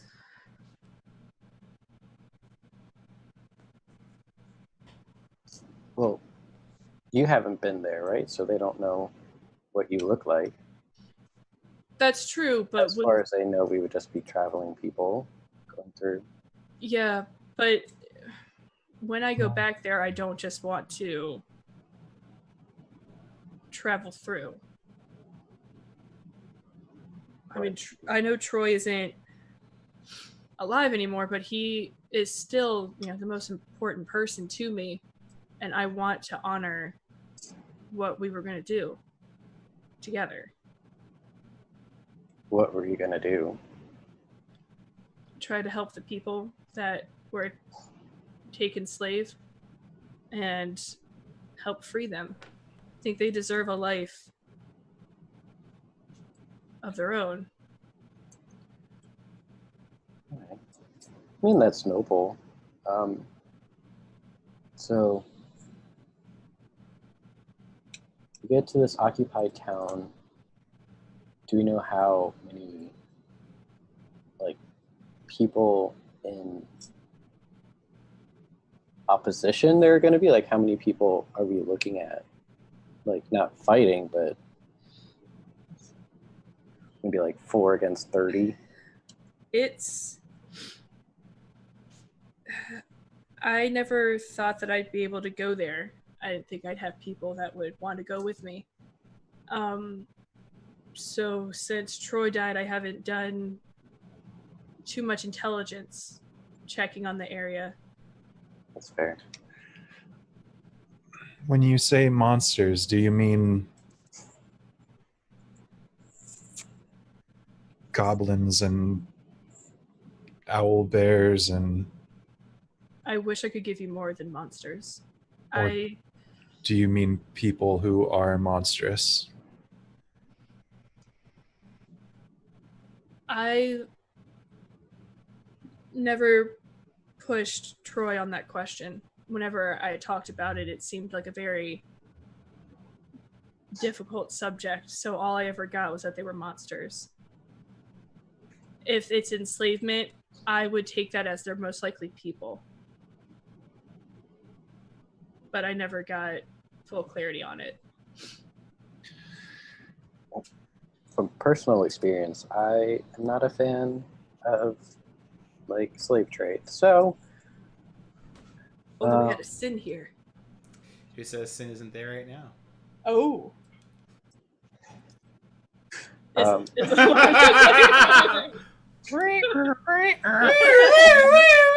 Everyone's tied into this plot line. Every person testifies, yes. Please don't kill Sin. I mean, you've already seen me kill Safina off camera. Well, when he wasn't present for it. Oh. That's like, Even it's like a worse. double punch, like poof poof. Kill them on camera under someone else's control. Fuck yeah. Yeah. So, George R. R. Martin, everything's on the table. Go ahead.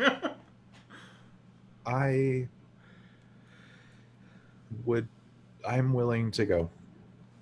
I can't tell you in full faith right now that I can or will help once we're there, but I'm willing to see what the state of the village is, and I can give you an answer that is more set in stone when we're there.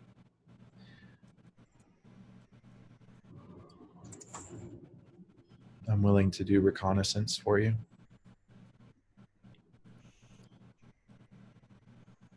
Oh, your mic's not picking up. Oh, so that'd be very helpful. I know it's a little bit of a different kind of adventure that I think we planned on doing. I don't think any of this has been planned, to be honest, and I'm willing to go, of course. You came here to this lake with me. It's the least that I can do. I'd like to see this village for my own eyes as well. Thank you. What about you, Safina? no, yeah, I already said I'm in. Anything that has to do with human trafficking, I'm not a fan of. And y'all helped me with the Forge and Solsera, so I'm committed, Like how Safina's like your woke monk. right? You don't even know how bad I've had it. Look at these tattoos. I'm edgy. Well, thank you guys. I know we need to get more information, but I'd like to be able to do something for Troy that I couldn't do when he was still here.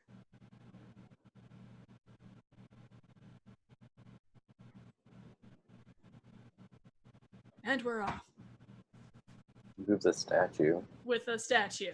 Yes. With a statue into a potential war zone. Now let me move his killer into a safe area. Let me just hold on. Well, we're just moving Ty out of the. Yeah, just not on Right. Starset. Like I'm not moving him far. I'm just moving it to a point where Targaryus could adventure to without having extreme faith in Celestian and killing someone. Fair enough. Yeah. So, Cassandra, Yep. as the rest of you are attempting to get some what rest you can muster before, well, dawn. You don't know what dawn is because it's perpetually night here. Alara, you get the benefits of a full rest. No one else does. Cassandra, when you're sleeping, you notice that your bag, where you put Ty's sword shards, The sword bit- are singing against each other. The sound of like smooth metal against metal. Rattling. Like something's in your bag. I'm gonna open my bag because that is concerning. Okay. You notice that the metal itself, they are. I'll make a perception check.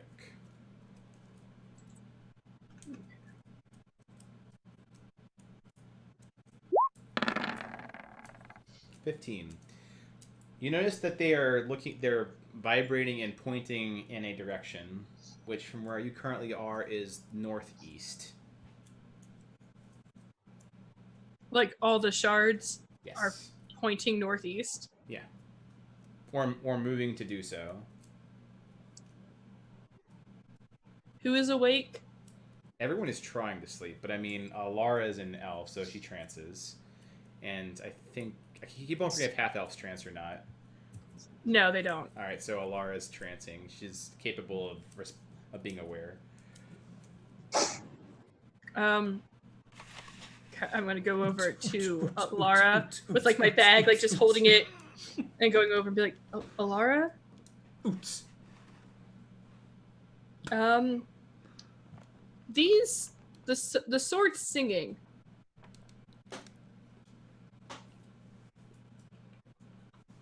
And pointing northeast. I look in the bag. It is indeed doing that. This is like the stone people all over again. Yeah. Well, see, that's when that happened. You didn't believe me at first. In my defense, you were just holding up a rock and talking to them. That is fair.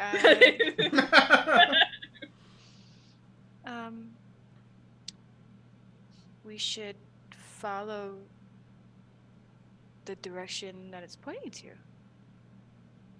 Maybe. Is it the right direction? To my knowledge of where, I mean, I have no idea really where we are. Let's fix that. Okay. I look to the stars to figure out what direction everything is. What direction is it pointing to? You said northeast, so the lake? Beyond the lake. Beyond the lake. Oh. Okay. Is he from Oaks Village, out of character? Yes. That's, Yes. yeah. So that's the wrong direction.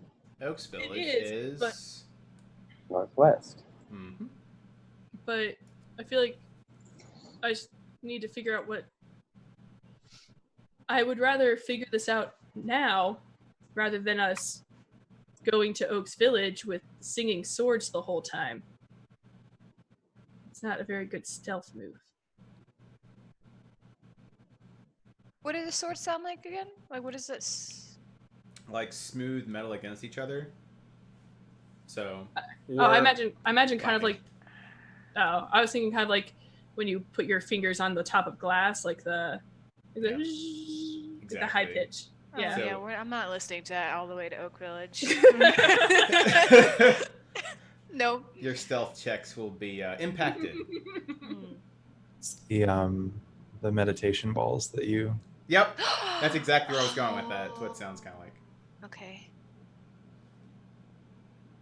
I mean, Just imagine us like trying to stealth, like I think someone's coming. Oh shit! My tinnitus. Bop, bop, bop. I mean, ultimately, Cassandra, it's up to you what you want to do. I wanna figure out what these swords are doing, or what these shards are doing. Maybe, I mean, this was Ty's sword. Maybe whatever they're singing towards is somewhere we can put Ty. Yeah. No, I think we should listen to what they're saying, what it's pointing to. What? How far are we going to drag this 200-pound statue exactly? It's more than 200 pounds. It's 1,200. So yeah, a block of stone in his dimensions is 1,200 pounds. So it's probably like 400 pounds lighter than that once you've removed the excess. So it's like an 800-pound block probably. So like, how many people do we need to move this? Depends how strong you guys are. You with a sled can pull 1,500 pounds. Okay, so me. Like, Yeah. don't worry, it's just me pulling. I think we We'll should. all work together. Yeah, because if something shows up, we don't want our strongest person to be exhausted. Well, let's see. Let us take Ty in the direction of where these things, because we don't know how far it's going to be. If it's horribly far, we'll figure it out. Okay. So once people are done napping, that is what we shall do. All right, you rest until dawn, which dawn is just established by I took a nap. Different and dark. I feel as though that it has been a day, as it is still dark. And you have rested. You're waking up looks a lot like what it was before. The area is very still. There's a light breeze. There's no aurora borealis. There's no sky aurora. Clear look of the sky and the stars reflected against the lake. You notice that the shards do not sing every given second, but after a few hours, they get restless again.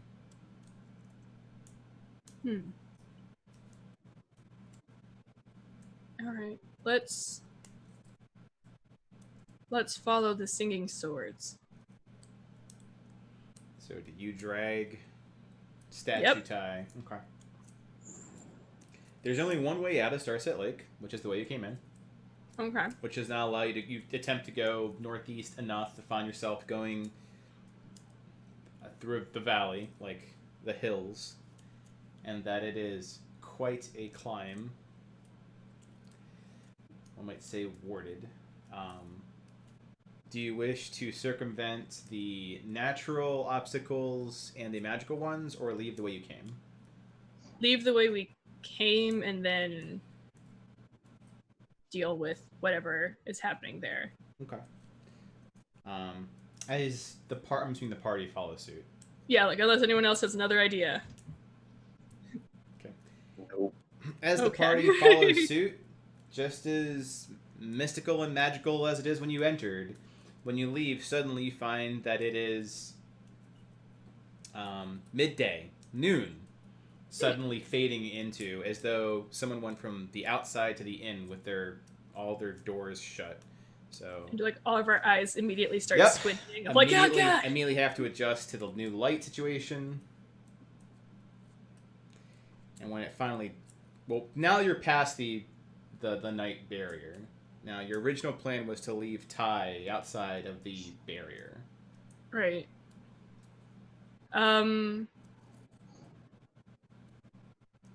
Are the direction that the swords are like pointing towards, do I see any like landmark or anything in that direction that might give me an idea of where they might be trying to take me to?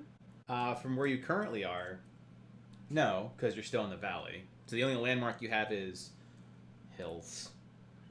Okay. It's still pointing.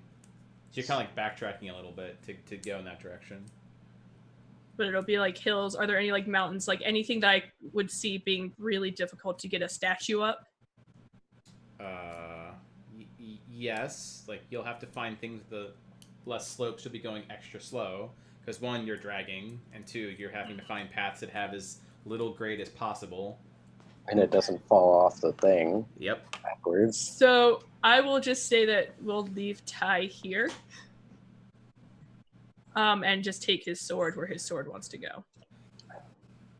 Do you leave Ty in the sled or do you prop him up? Where is there a nice area to kind of put in like anything that looks kind of nice? Yes, go ahead and roll perception to find some magnanimous position for a statue of Ty Targaryen. Can I help him? Can I help her? You can. Good thing you did. Oh, yes. thank goodness. You find a Put nice him in the place. ravine. Right. He's like right here between these two trees. No, you find a nice hill where it's anchored well enough for his location. Probably protected just enough from the elements, but the light would hit it, so you couldn't not walk down the valley and not see his statue. but not so obvious that it's gonna just fall in a week or two. Good. Okay. Then that's where she'll leave him. All right, Do we as want you it? go ahead, Brindle. Do we want it to be out in the open, or Well, I don't want to hide him. So the family can find him, right? That was the whole point of moving Yeah, him. that's the whole point of bringing him out here was. I can leave a message for them if they come. If we tell them to bring someone knowledgeable in the questionable arts. I think it might. You can leave a message. I know I'm going to be sending a letter. I think they're of Gabe's anger. I think they live in Crystallis. It's where he's from, because Targaryens. I feel like I mean, I think Safina knows who the Targaryen house is. Yeah. He's pretty traveled.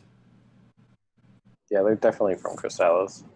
What kind of arts would they need to be aware of, Brindle?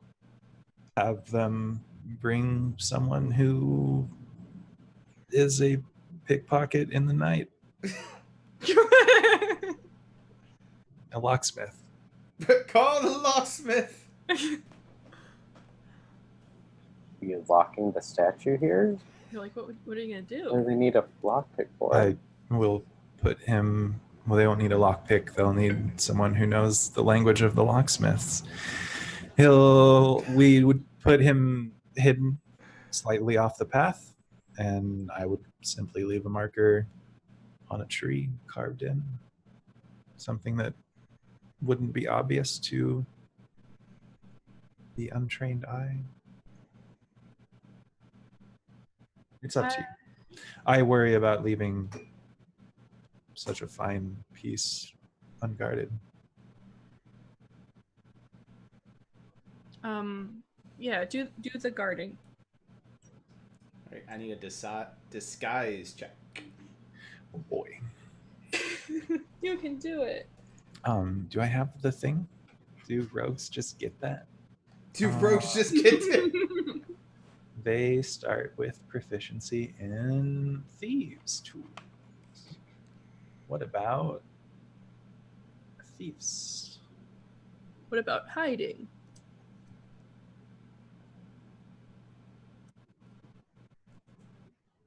No, I do. Oh, assassins get disguise kits. Yeah.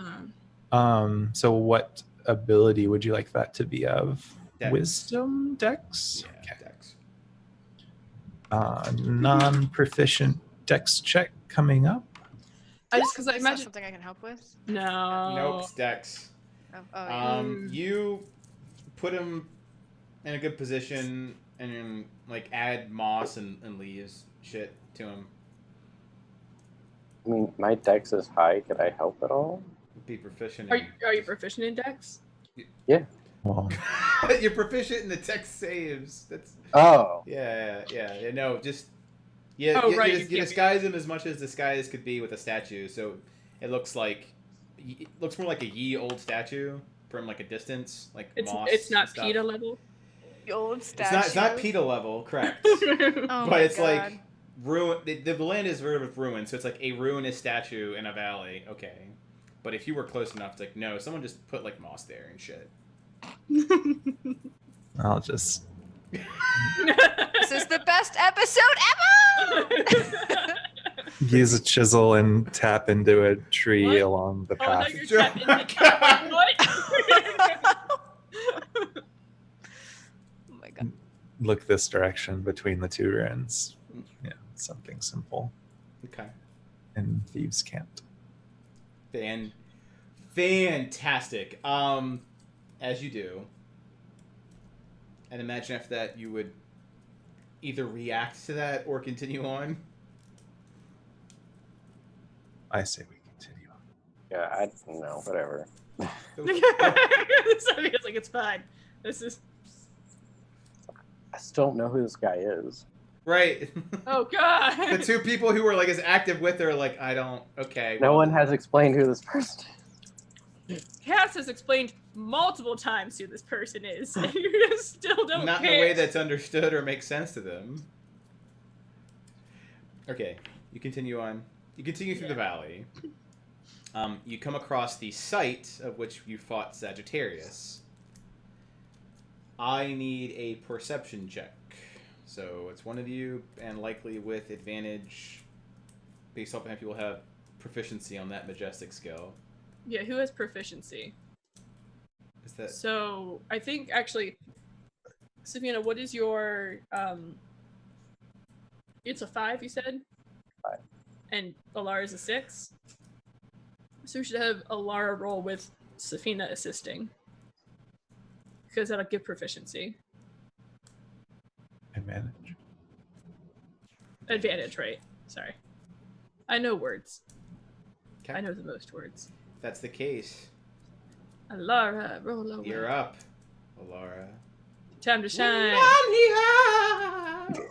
Oh, Good timing, Charlotte. 15, still 17. 70. You notice that the place where you struck Sagittarius down, which is pretty much in the center of the road, there is a circle.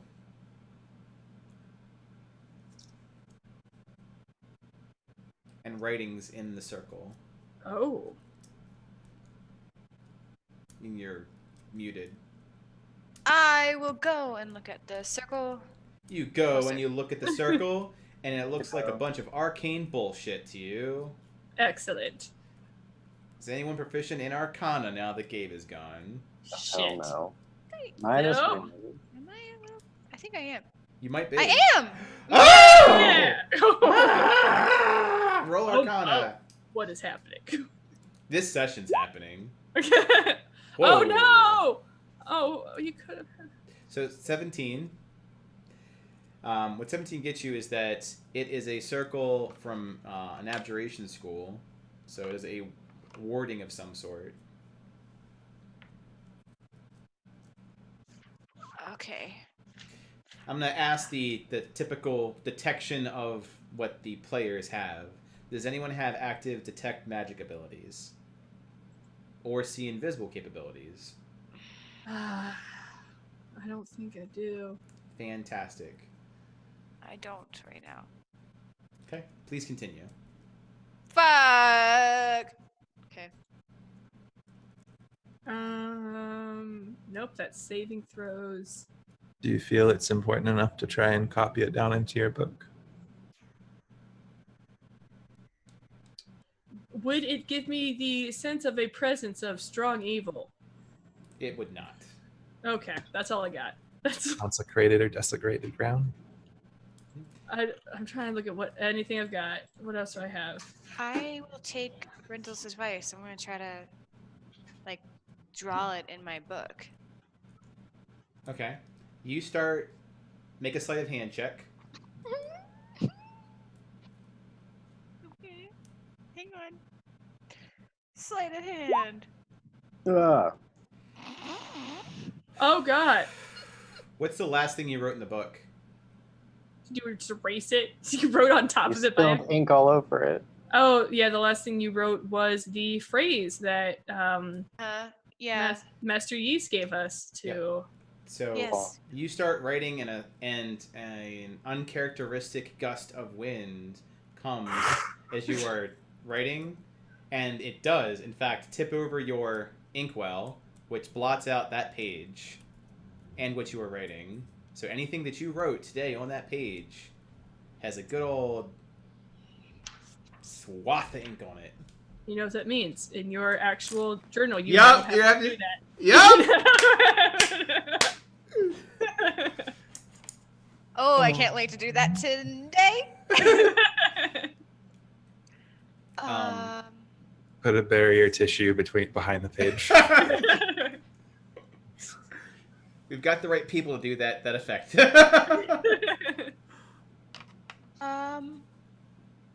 Oops.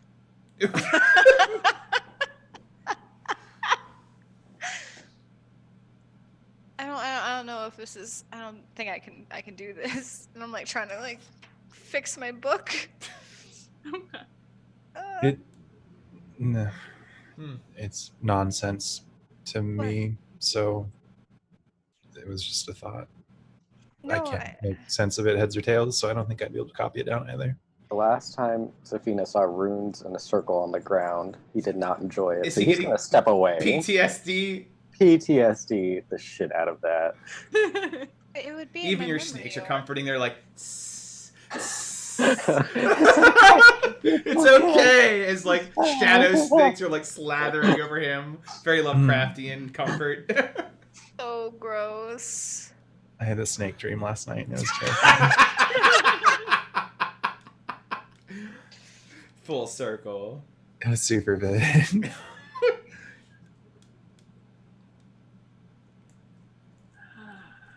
I do have my memory orb, so that's the thing. Okay. Okay. Yeah, I guess that's. all And we you got.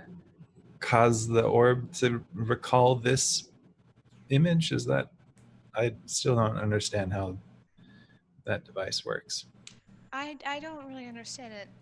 I would say that Either. you've seen so many recordings that you can make an insight check to figure out what records and what doesn't, because it does follow laws. Oh. Who, me? Anyone, it's a party insight check, so whomever wishes to roll. I know you can assist with. I have a 5 on insight. Yeah, I'll help whoever wants to roll. Yeah, it's and I also have. Yeah, so Safina, you should roll. Cool. Because I didn't. Brindle, to me, you just pointed to Alara. Inside it is. Are we? Damn! Oh well then. Nice. Suck it! Suck it! Fusion dab. Wait, am PTSD I- does am it I- good. On your side of the when I do this? To me, it looks like you're pointing at Cassandra. So Yep. on the stream, Brindle is the most upper rightmost person. So straight down for Brindle is Oh, Alara. nope, sorry. Oh, it is opposite. Interesting. Oh, There we go. Yep. all right. Just stop doing that. Completely different on Twitch, which is, Very different. yeah, like Twitch. Hold on. What's the Brady Bunch. So, Everything's fine. with a 25 and it being a crit to boot, yeah, Safina, you've broken down how this thing works. It takes moments of intense emotional connection to the person who has it or people around it and records that moment. So it feeds off of the way they feel about things. Much like adrenaline. Alright. Alright. So it's almost like an adrenal trigger. So, the orb, it starts recording things when there's a lot of emotion, either coming from the person who holds it, Alara, or the people around it. So, if you just experienced a lot of, anxiety after spilling the ink, it might have recorded it, but usually it's when there's a lot of emotion occurring. Alar, start feeling some emotion. Feel some very intense. Well, I mean, I feel no offense all the time, so I don't know. It's like, think about Celestian. Think about all the things you've done. Now stare at that I think it's circle. more of like an in the moment adrenaline kind of thing, not maybe most likely. I mean, we could try self-inducing it, but I feel like maybe it could tell the difference between manufactured and genuine emotions. Yeah. Maybe. Well, you just looked at it, so in theory, if it put the memory there, wouldn't it be there? I look at the memory orb. There are no new messages. Gosh darn it! Okay.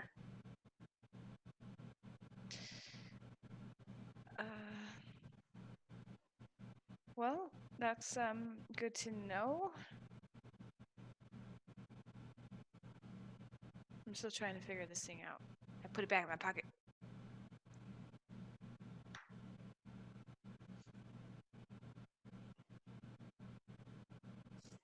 Chirp.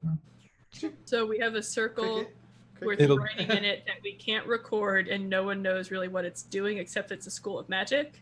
Abjuration. Right. Abjuration. Another of life's mysteries. Yeah. I like unfortunately I don't think we can do anything else past Yeah. just being aware of it and Not going near it. I stand in the circle. No, I'm kidding. God. I'm kidding. I'm kidding. Safina yells. Don't do Do it. you grab her? I don't know. I said I backed up, so if she's Yeah. within arm's reach, then yes, but otherwise. Stunning strike. Right in the back. Does Alara legitimately have a moment of mania and jump in the circle? I mean, you can throw one of the stones. That's what the stones are good for.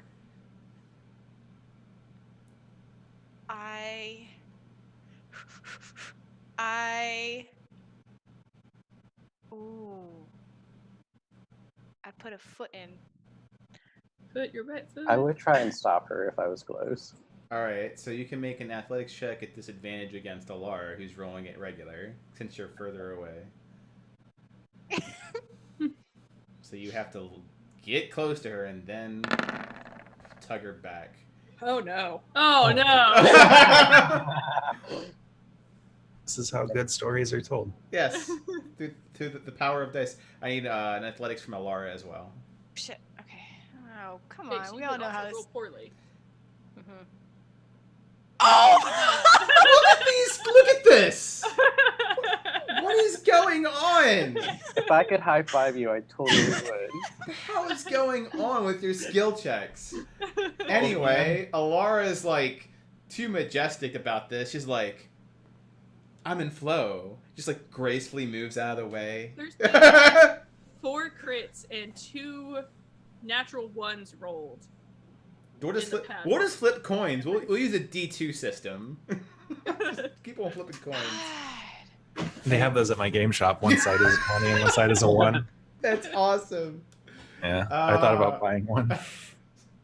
Heads and tails. Well, okay. So Alara, Safina looks like he wants to stop you, and that doesn't stop you in any sense of the word. Never stop, never stop. You get your foot in, and it appears as though your foot can't touch the ground, so it's like being propelled like inches up, like you're hovering over it, and it feels warm, like, and then repelled back. So it doesn't hurt you, but it's forcing you out and not letting you touch the ground. Everybody else sees this. Yes, and Safina. So it's like, Wait, actually, Safina, with your 7, I need a dex save because you might like face plant in the circle in the lunge with how good she rolled at athletics. That's fair. It goes against a group. Like, Yes, your trauma steps in and you like. Adrenaline. and Yeah, I you're like do, no. 3 backflips. Yeah, and you like back. literally like do anything it takes to be from that circle. You like fall aside and roll away.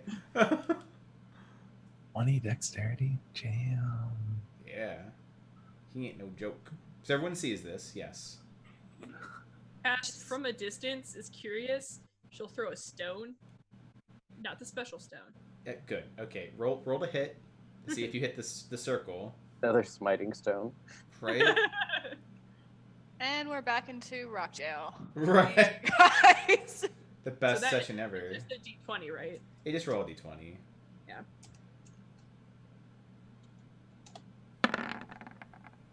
Yeah, 17. So you see the rock go into the circle and bounce right off. So it goes in like a trampoline. Never Gotcha. hits the ground. So I don't know what's going on with that, but Why would there be a wording on where he died? I mean, he was a celestial. I mean, it goes to the idea of did we actually kill Sagittarius or just part of Sagittarius? Because, like, Pisces, we've met Pisces and Pinger is technically Pisces. I threw Pinger into the. I'm Pinger. kidding. What's? Don't throw Pinger into the circle. Like, go, cat, go. Let's see. Who's close to the ground? Brindle's close to the ground. He's a dwarf. Brindle. Why'd I even ask that question? Don't be a shortest. He's such a racist. Brindle, you notice that on the ground that there is script that is writing as though someone has a stick and is writing into dirt. And it starts reading as follow, and it's in common. You are in the desert. There is a turtle. What the what? The turtle is on its back. It is helpless. Why aren't you helping it?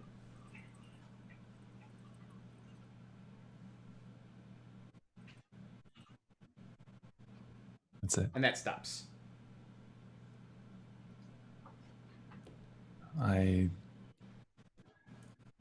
don't know what this means, but here's some writing. And that's what it says. And I can type it out if you'd like. Another thieves camp thing. Or- Comp.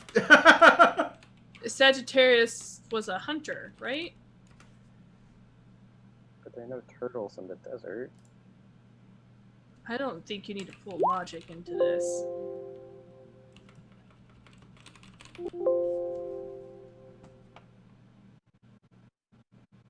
Thank you, Randall. Yes, that is the statement. So you guys are simply talking about it? Yep, trying to figure it out. Okay.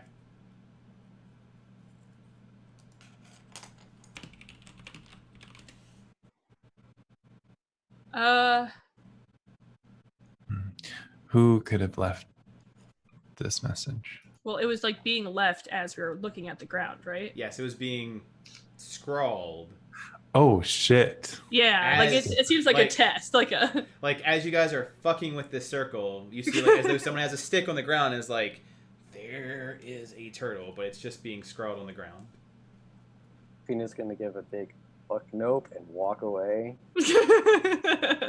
You guys do that, I'm gonna be over here. Also, I'm pretty sure we just tried to step on his greystone, so I hope we're all proud.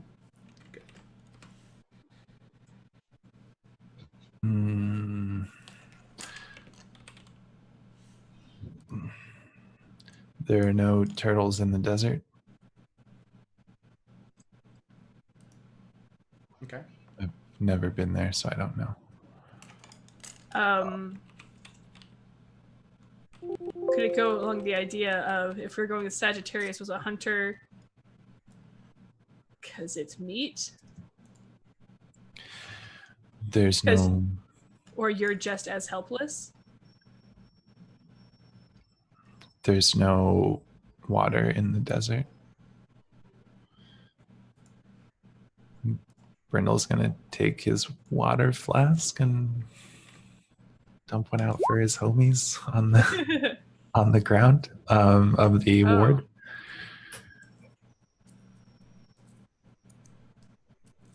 So as you guys are kind of like struggling with it, all the dirt erases and it starts writing, but now it's in cursive.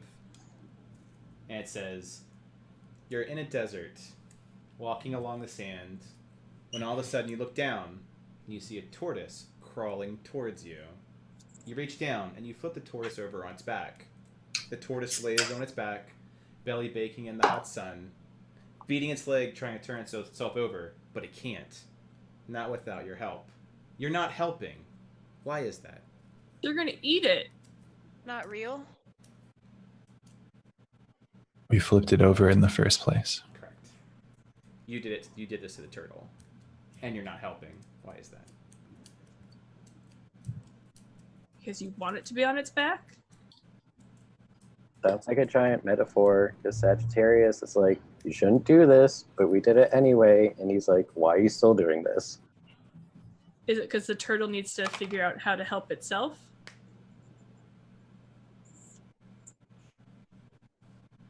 Maybe the turtle is a metaphor for the world. Okay, what What are we supposed to do with that? I don't know.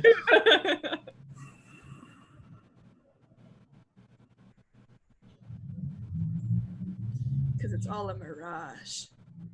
Everything's a lie. I think that we're being taunted.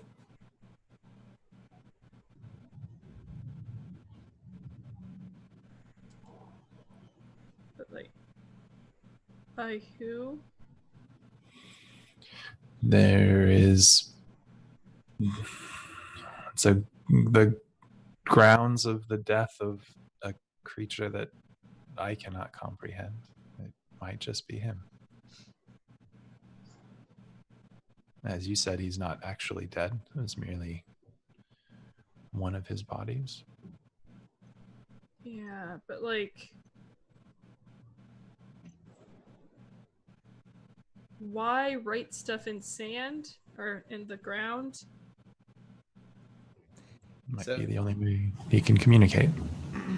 So, Cassandra, since you're trying to decipher this, roll insight.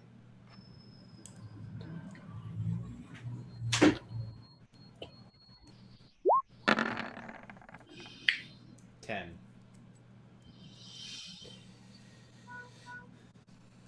Right in the middle. Right in the middle. Yep, this is a mindfuck situation. Someone's fucking with your head. Why they're fucking with your head, you're not sure. Who is fucking with your head, you're not sure. Gosh darn it. It's Note. Yeah, he's in the back. Meow! Or like the dragon. Just Atlas gone is like, in- I have powers! They're very philosophical. Atlas has gone invisible and started writing in the sand, like, haha. They'll never see this. Yeah, Brindle, I guess you're right. It must be just.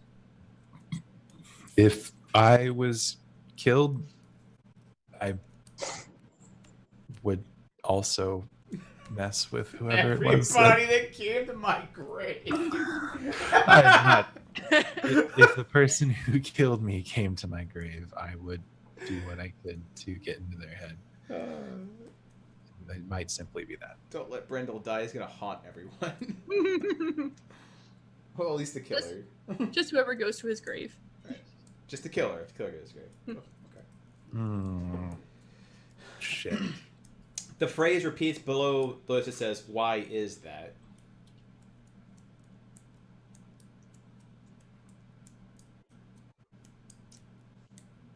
Because you're sadistic.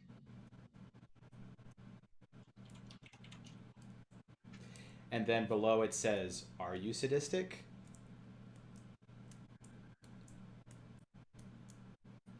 No. You're not helping. Period. Why is that? God damn it. I was like, fuck you. Safina, like 20 feet away, sitting on the ground, is like, are we really going to just do this? Or are we going to continue on? I don't know, aren't you the whole philosophical monk guy? Yes, but no. Yes, fuck but out. no. In this situation, like, I don't disagree with him. So, You don't disagree with it's not a agree or disagree, it's a question.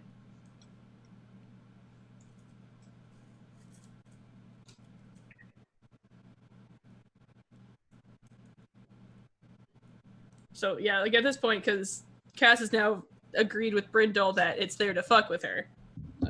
The rules have dictated so. So it's up to Safina and Alara to care.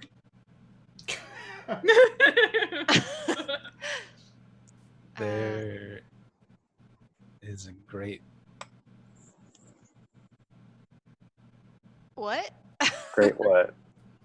do not remember most of the words, but do not stand at my grave and cry. I am not there. I did not die. Hmm. Comes to mind.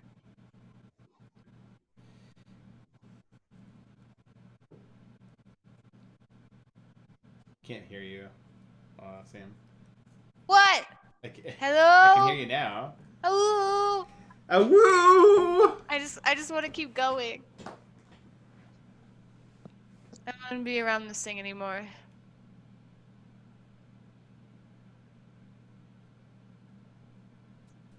Okay, let's go. Why do you guys all seem so confused? I'm not confused. I'm ready to skedaddle. So I need to be very specific about what you guys are doing. So you guys are going to press on. Just keep walking. Well, it's from. So did we walk back into the valley? Like, are we headed back to the lake? Because we want to go around the lake. Don't Well, we you have to leave. You have to leave the valley to navigate around to go northeast. So the idea is Okay. to leave so you can navigate to where the.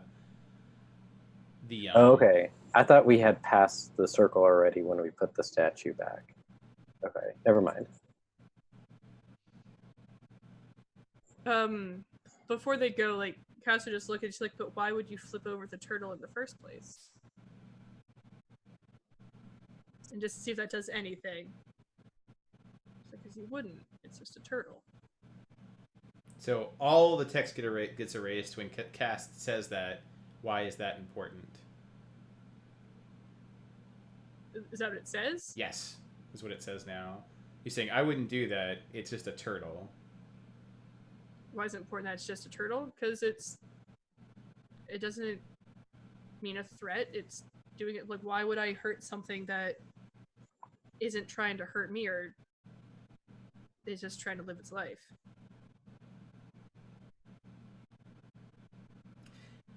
At this point, Cassandra, make a perception check. I answered it maybe, also maybe not. Everything's fine.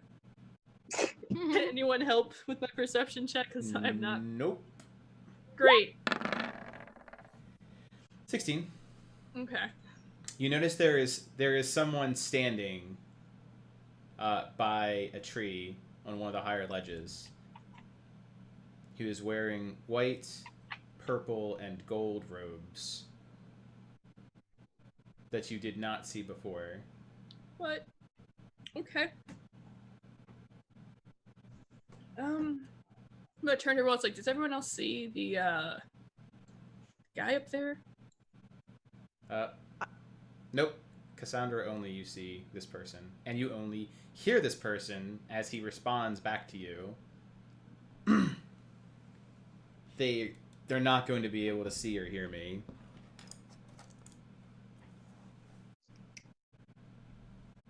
I don't see anyone.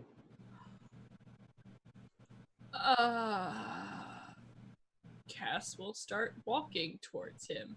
Cass is walking for everyone else towards a whole lot of nothing. Just like, I don't know what's going on here, but I have concerns. Where are you going?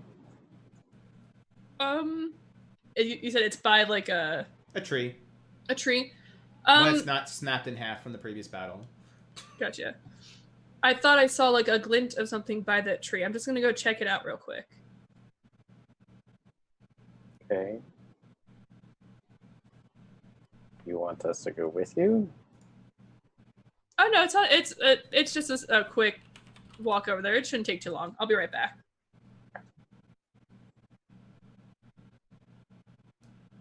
Okay. The person that you see looks like this. Oh, okay. And he is standing there, Mm-hmm. waiting for you to approach. It seems like he wishes, has make no threatening remarks, but doesn't seem right. It seems very unnatural. Who are you? He takes a bow. Like, first, I must apologize for the test. He points down to where the rest of your compatriots are. But from what I've seen here, I cannot in good conscience reveal myself to people who could potentially be dangerous individuals. He bows like, my name is Paolo Macidi. Ah. Yeah. What? Oh, you... They mentioned you at the lake. You were supposed to be there. Unfortunately, it would appear as though someone has struck down one of the Zodiacs, and I had to do what I could to sustain his energy. Oh. Yes. So is that what the circle does? It protects it while it's returning, yes. Like, he points to a small tree, like a sapling. So Sagittarius isn't dead. And he looks at you. I never said his name. We are responsible for that.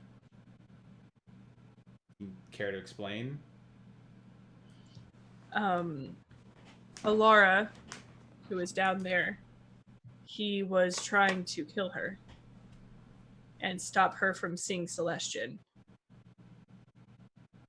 And we couldn't think of any way to move forward except to move through him. We tried talking to him, but he was going to kill us all. Pella looks at you, and the interesting thing about his blue eyes is that they seem very bright. Even when the shadow from the high sky goes across, his eyes still look like flashlights. He can't really hide his eyes. I believe you. I believe you if you would treat a helpless animal and wish it no harm, that you would not by default wish to commit murder if there is an alternative.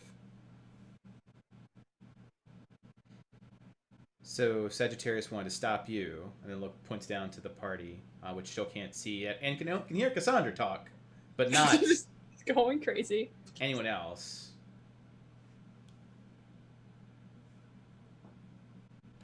Why do you want to stop Alara? And then he looks and he sees the Atlas. Takes a deep breath. Then he sees Ty's statue, because, it's over there. And he takes another deep breath. Does he see Who Panger? are you? Does he see adorable Panger? He does. He sees Panger is on your shoulder, and he's really happy to see you. I am Cassandra Avon. That both tells me everything and absolutely nothing. Who do you work for? Myself? Alara wanted to know more about Celestian. I met her in Verde, and she looked like she needed help and protection. So I went with her. We all went with her to try to, help her see more of the world and figure out her connection with her god.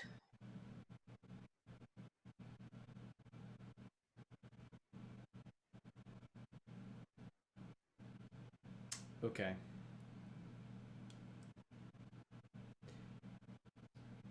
What are your plans? Now that you have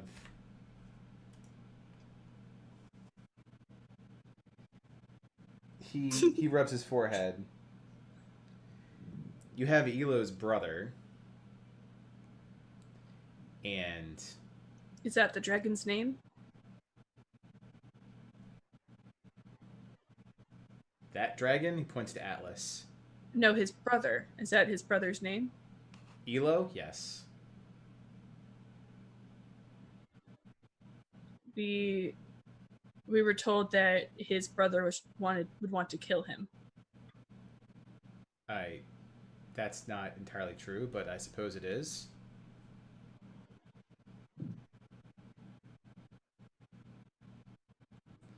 Not entirely true? Yes. He taps his foot on the ground. Your friends are gonna think you're crazy right now, by the way. That's fair.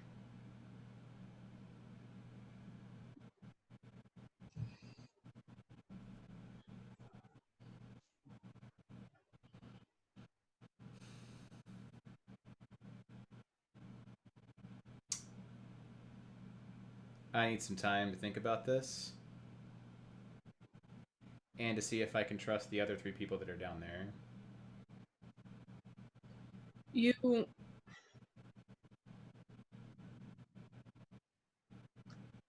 Can I ask why they were expecting you to be at the lake?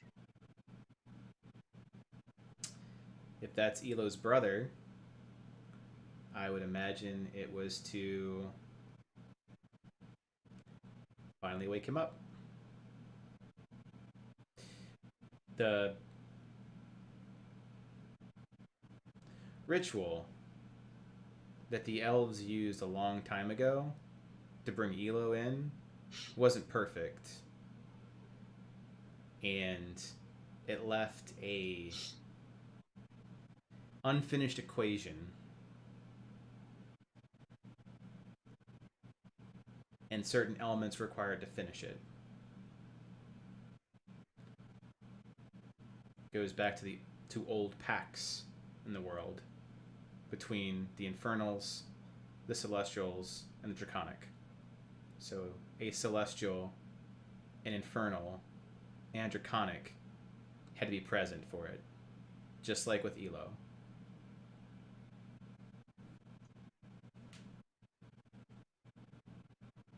So an infernal, a celestial, and a draconic. Mm-hmm. They said. So you're a celestial? I'm myself.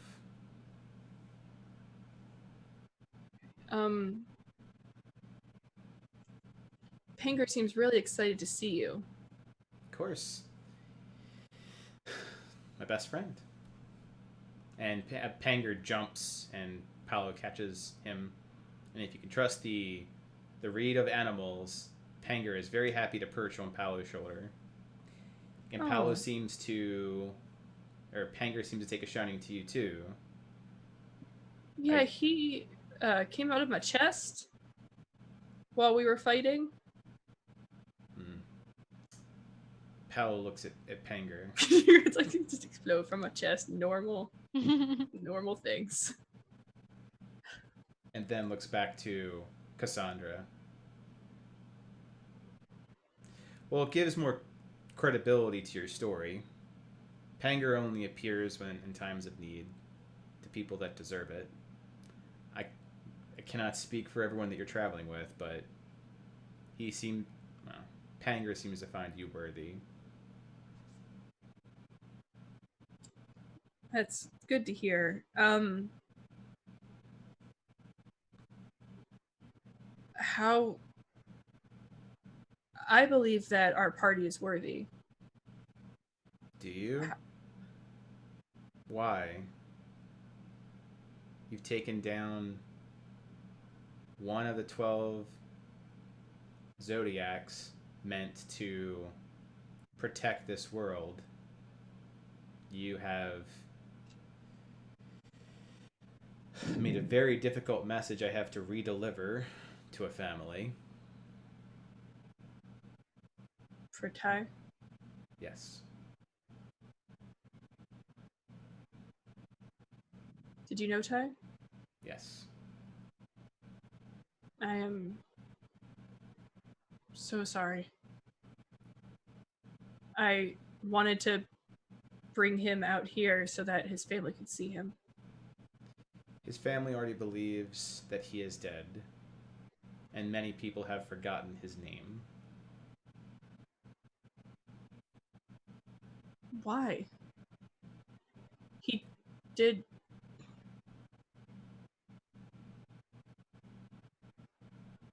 How? Points over to Alara and Atlas. Ty is not a dragon.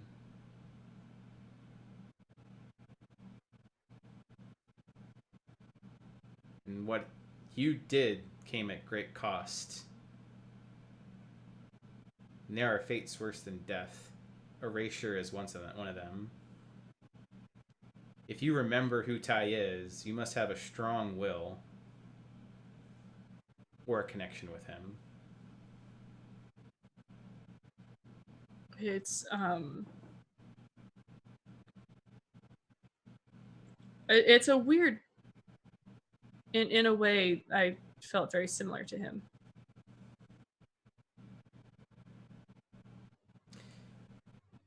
Are you caught up in fate yourself?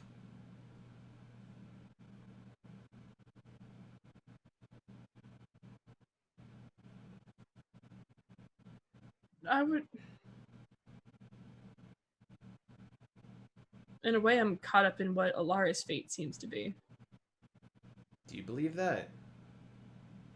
Because Alara can't see me, and he looks down at the people, and he's assuming that's the one female that's there. That's fair. But you can. Well, that's because you chose to let me see you. No. You showed me that you were worth being seen.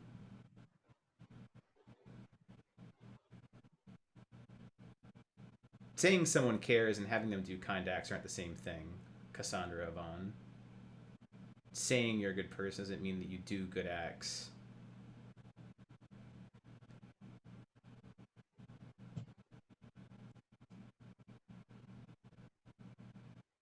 I kind of just assumed that at this point in my life, I could only be part of someone else's fate and not really part of something of my own. There's a strong wind, so Cassandra's got the, like, paladin in the wind effect, sans a cape. Good. And Pal looks at her shoulders. I need to be going, but a word of unsolicited advice, Cassandra Avon. Yeah. You're part of your own story, part of your own path. And I don't make friends lightly, but I think that we could be friends. I'm interested in that person's path.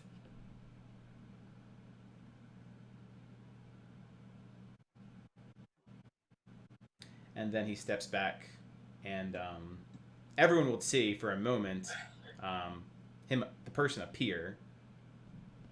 So in a flash, as a teleportation circle appears in the air as a circle, like very Doctor Strange, and he steps through it, so that Cassandra's not crazy, but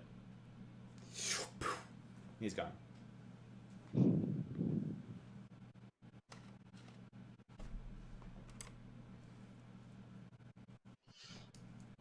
And Cass will just kind of stand there like, what? Oh, okay. And try to collect herself a little bit. Is Panger still on my shoulder, or did he? Panger hops off. He's Okay. on Cass's shoulder. You did not lose a Panger at It's the like, encounter. and Panger is gone. Like, no! He had a brief familiar.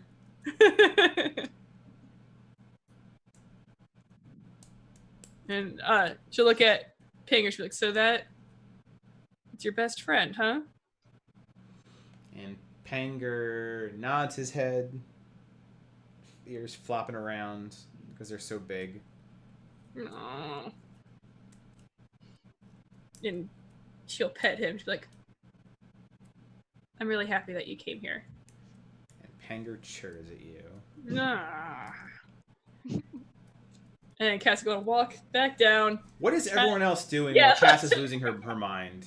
I mean, it could be very, Popcorn. Popcorn? very Just strongly theorized that she could snap. gig popcorn? It's a good summary. It's like, what are we doing? Waiting for Cass? No, she was talking to a tree. Watching her, because we can hear her, right? Uh-huh. Her side. Yeah, we just got one side. One Yeah, side I mean, I'd just be like, what is going on? Could Should they we... actually? Go ahead. Oh, like, could they actually hear what I was saying, or was it just like you could hear my voice on the wind kind of thing? Nope. You could actually hear everything about you. Just couldn't register what Pala was saying. Couldn't see. Okay.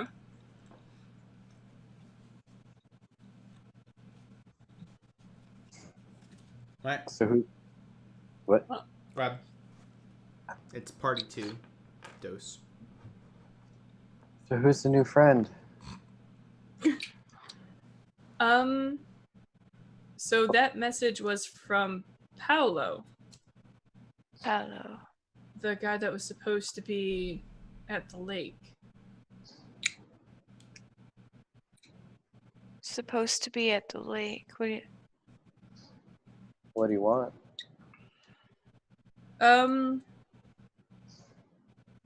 He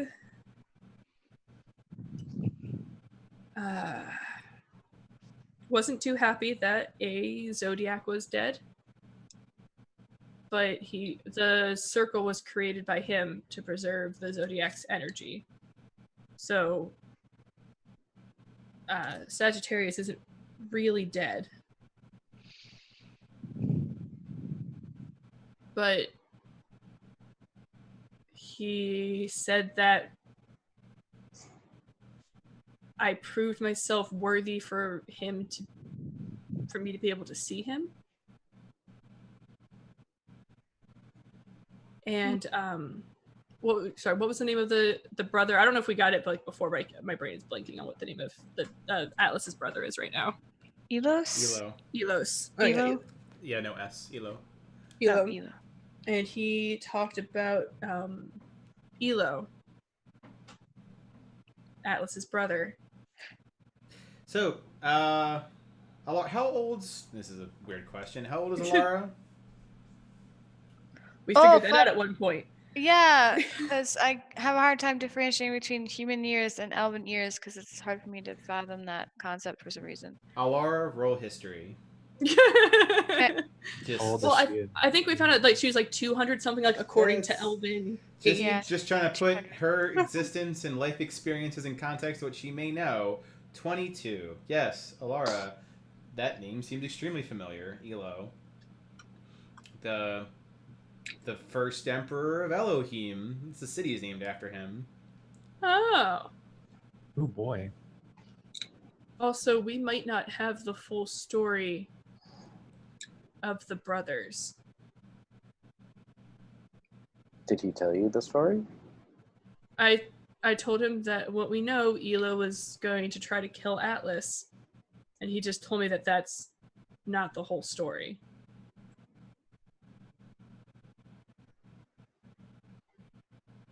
But he did not take the we killed Sagittarius thing well, so I think he's trying to figure out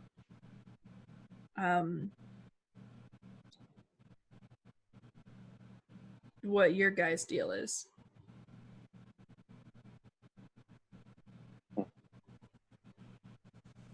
He didn't want to just ask? I told him you guys were good. Appreciate it. I don't know. But he said for Atlas to become alive that there need to be someone draconic, infernal, and celestial there. And that's why he was supposed to be there. Is Elos like under the lake or something? No.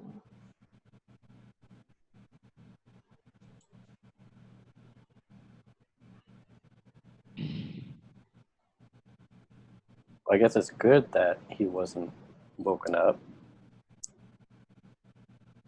Well, no, Elo's already awake somewhere. Oh.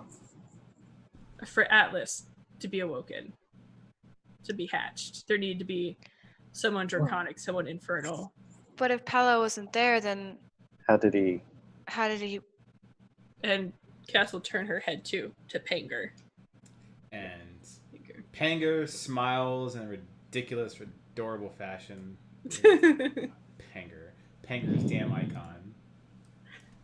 His gig was there, so there's the infernal. You get approximately this expression. It's not working. Oh no! I want to see his adorable expression. No. Oh well. Here. How did they No. Wait, where is it? Is it working now? No, it's the pop-up isn't working. Oh, I see. Oh, now it is. Boop. It just- Yeah. He looks so proud. Approximately that expression. Yeah. How did they know to show up? How did they know this was going to happen? I Ben? did not ask that question. I didn't know.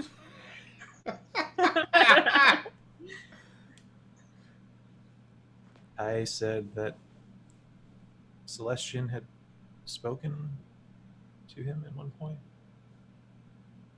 Is that right? To who? To whom? To Ty. Celestian, you had said that in character once, I believe, yeah. Yeah, but I don't know about like Paolo and Gig. According to Gig, he was invited. How does a god talk to anyone? It's probably just as easy for them to speak to a devil as it is to speak to any of us if we have a tie to them. Oh, we have Ah. So you're saying Too soon. Celestia invited Gig and Paolo was supposed to be there and Ty. That's what you're saying. I'm saying that those powers were supposed to be there. Someone draconic, infernal, and celestial. And Paolo couldn't make it because he was trying to preserve Sagittarius. So Pinger took his place. I told us at the lake that there was a pact between devils and dragons and celestials to stay out of each other's way. Is this related? I don't Oh, is Atlas another check in the checks and balances system? Maybe the checks and balances were to keep Atlas and his brother away. Atlas remains as adorable as a baby dragon can on Alara's shoulder. Starts eating her hair. It's better than souls. Hurts. Yeah, it's not as adorable when they're pulling your hair out. He has a thing for hair. That's interesting. Because like he's already tried to eat Cass's hair. He's like, he has a thing for hair. It's silky smooth like a soul. Ah.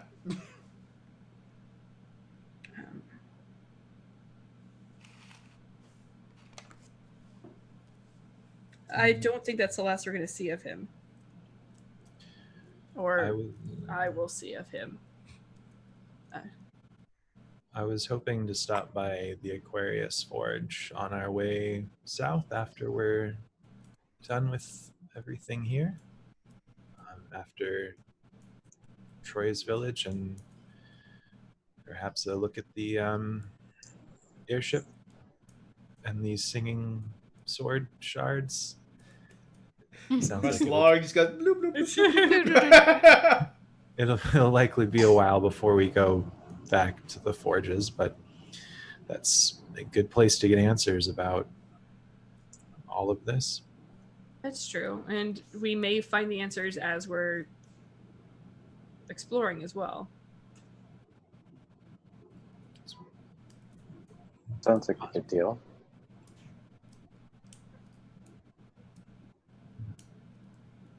Yeah. But so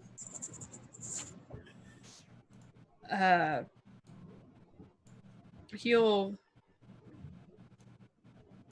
I don't think we're going to be alone for a while. We might have a celestial over our shoulder. It's not a bad thing. No, he knew Pinger. Pinger, apparently they're best friends. We like Panger, so good deal. That is good. I'm surprised you guys couldn't see him. We are not worthy.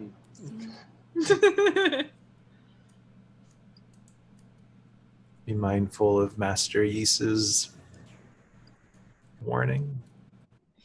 seem like a fallen celestial. Do you know what those look like? Not him. It may be stupid, but I trust him.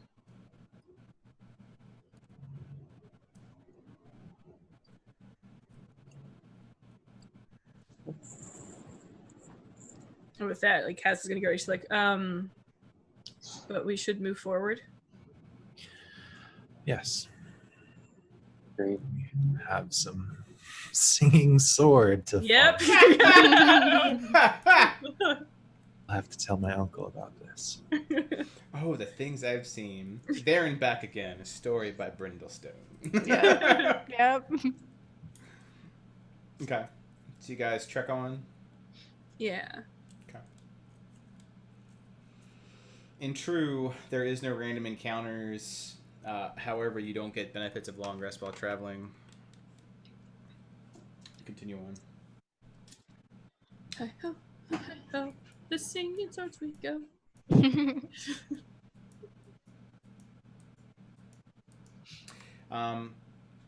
You get approximately here. And you notice that the ground itself seems sanctified, Cass. Like, you feel as though you're on holy ground. Brindle, Oh. is your awareness of things like rocks. You notice that they are very... It's a highly magical world, so infused with radiant type energy, much like a vein of ore. So they have like these ripples, like ore does in rocks, and they are pearl-like iridescence. There's a light misting on the ground as you walk. Is my compass going a little crazy? Your compass is now like a Geiger counter, Right. so it's not particularly doing anything at the moment. You have to focus on it. All right.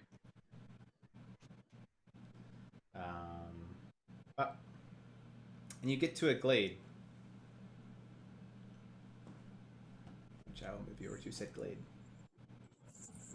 And the singing metal is now, it's supposed like gradually pointing. It's very directly pointing towards this glade. I'll make sure you guys can see the right stuff here. Darkness. There we go. Ooh, Pretty. that's very pretty. This is a familiar scene.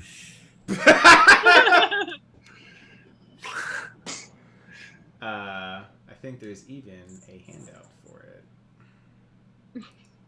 I recognize this exact circle of trees from my childhood. Oh my god. Oh my god. So as you're approaching with the mist, you see that there is a creature in this glade, not too far off. It's large, like a charger, with two of its hoofs on a stone, with a billowing mane of some sort, shrouded by the mist.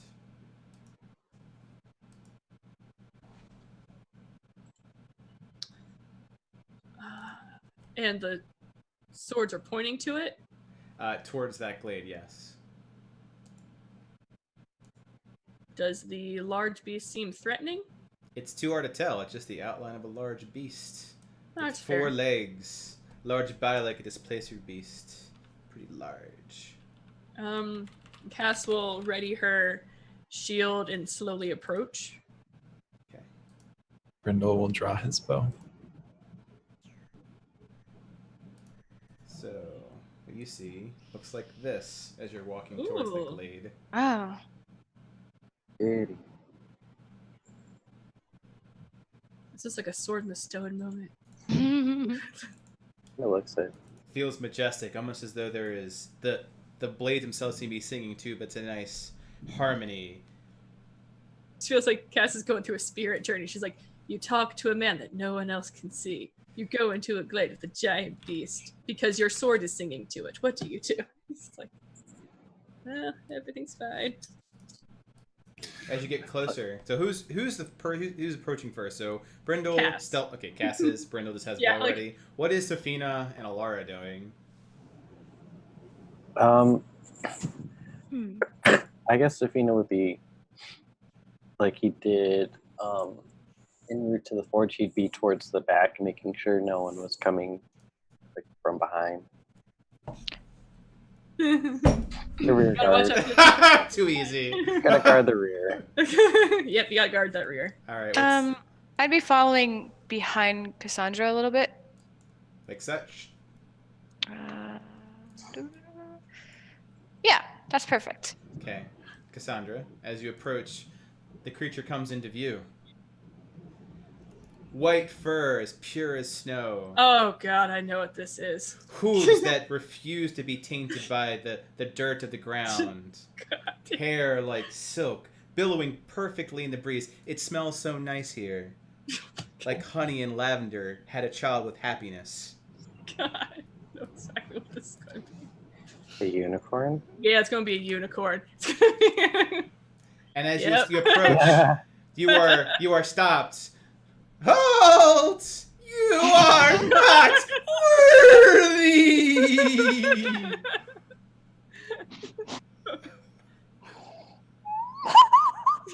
And that's where we're going to stop for today. Need to crack open a fresh one after that. I just like it comes out. Wait, I'm like, God damn, it's gonna be a unicorn. Oh my god. We hate unicorns. Yes, we do. Which means this is gonna be a horrible, horrible experience. In a word, frustrating. Great. Let the unicorn talk to the other unicorn. I got this. all your thing does is what is it? Turn lights on off like a rave. Doop, doop, doop, doop, doop, doop, doop, doop, doop. All right. We're gonna have to close a little early so that we're not like stuck in the middle of the North Forest situation. But we will. Record adventure. Yep. But very excited for you guys to interact with a unicorn. So I'll see you guys in Discord. All right. Bye.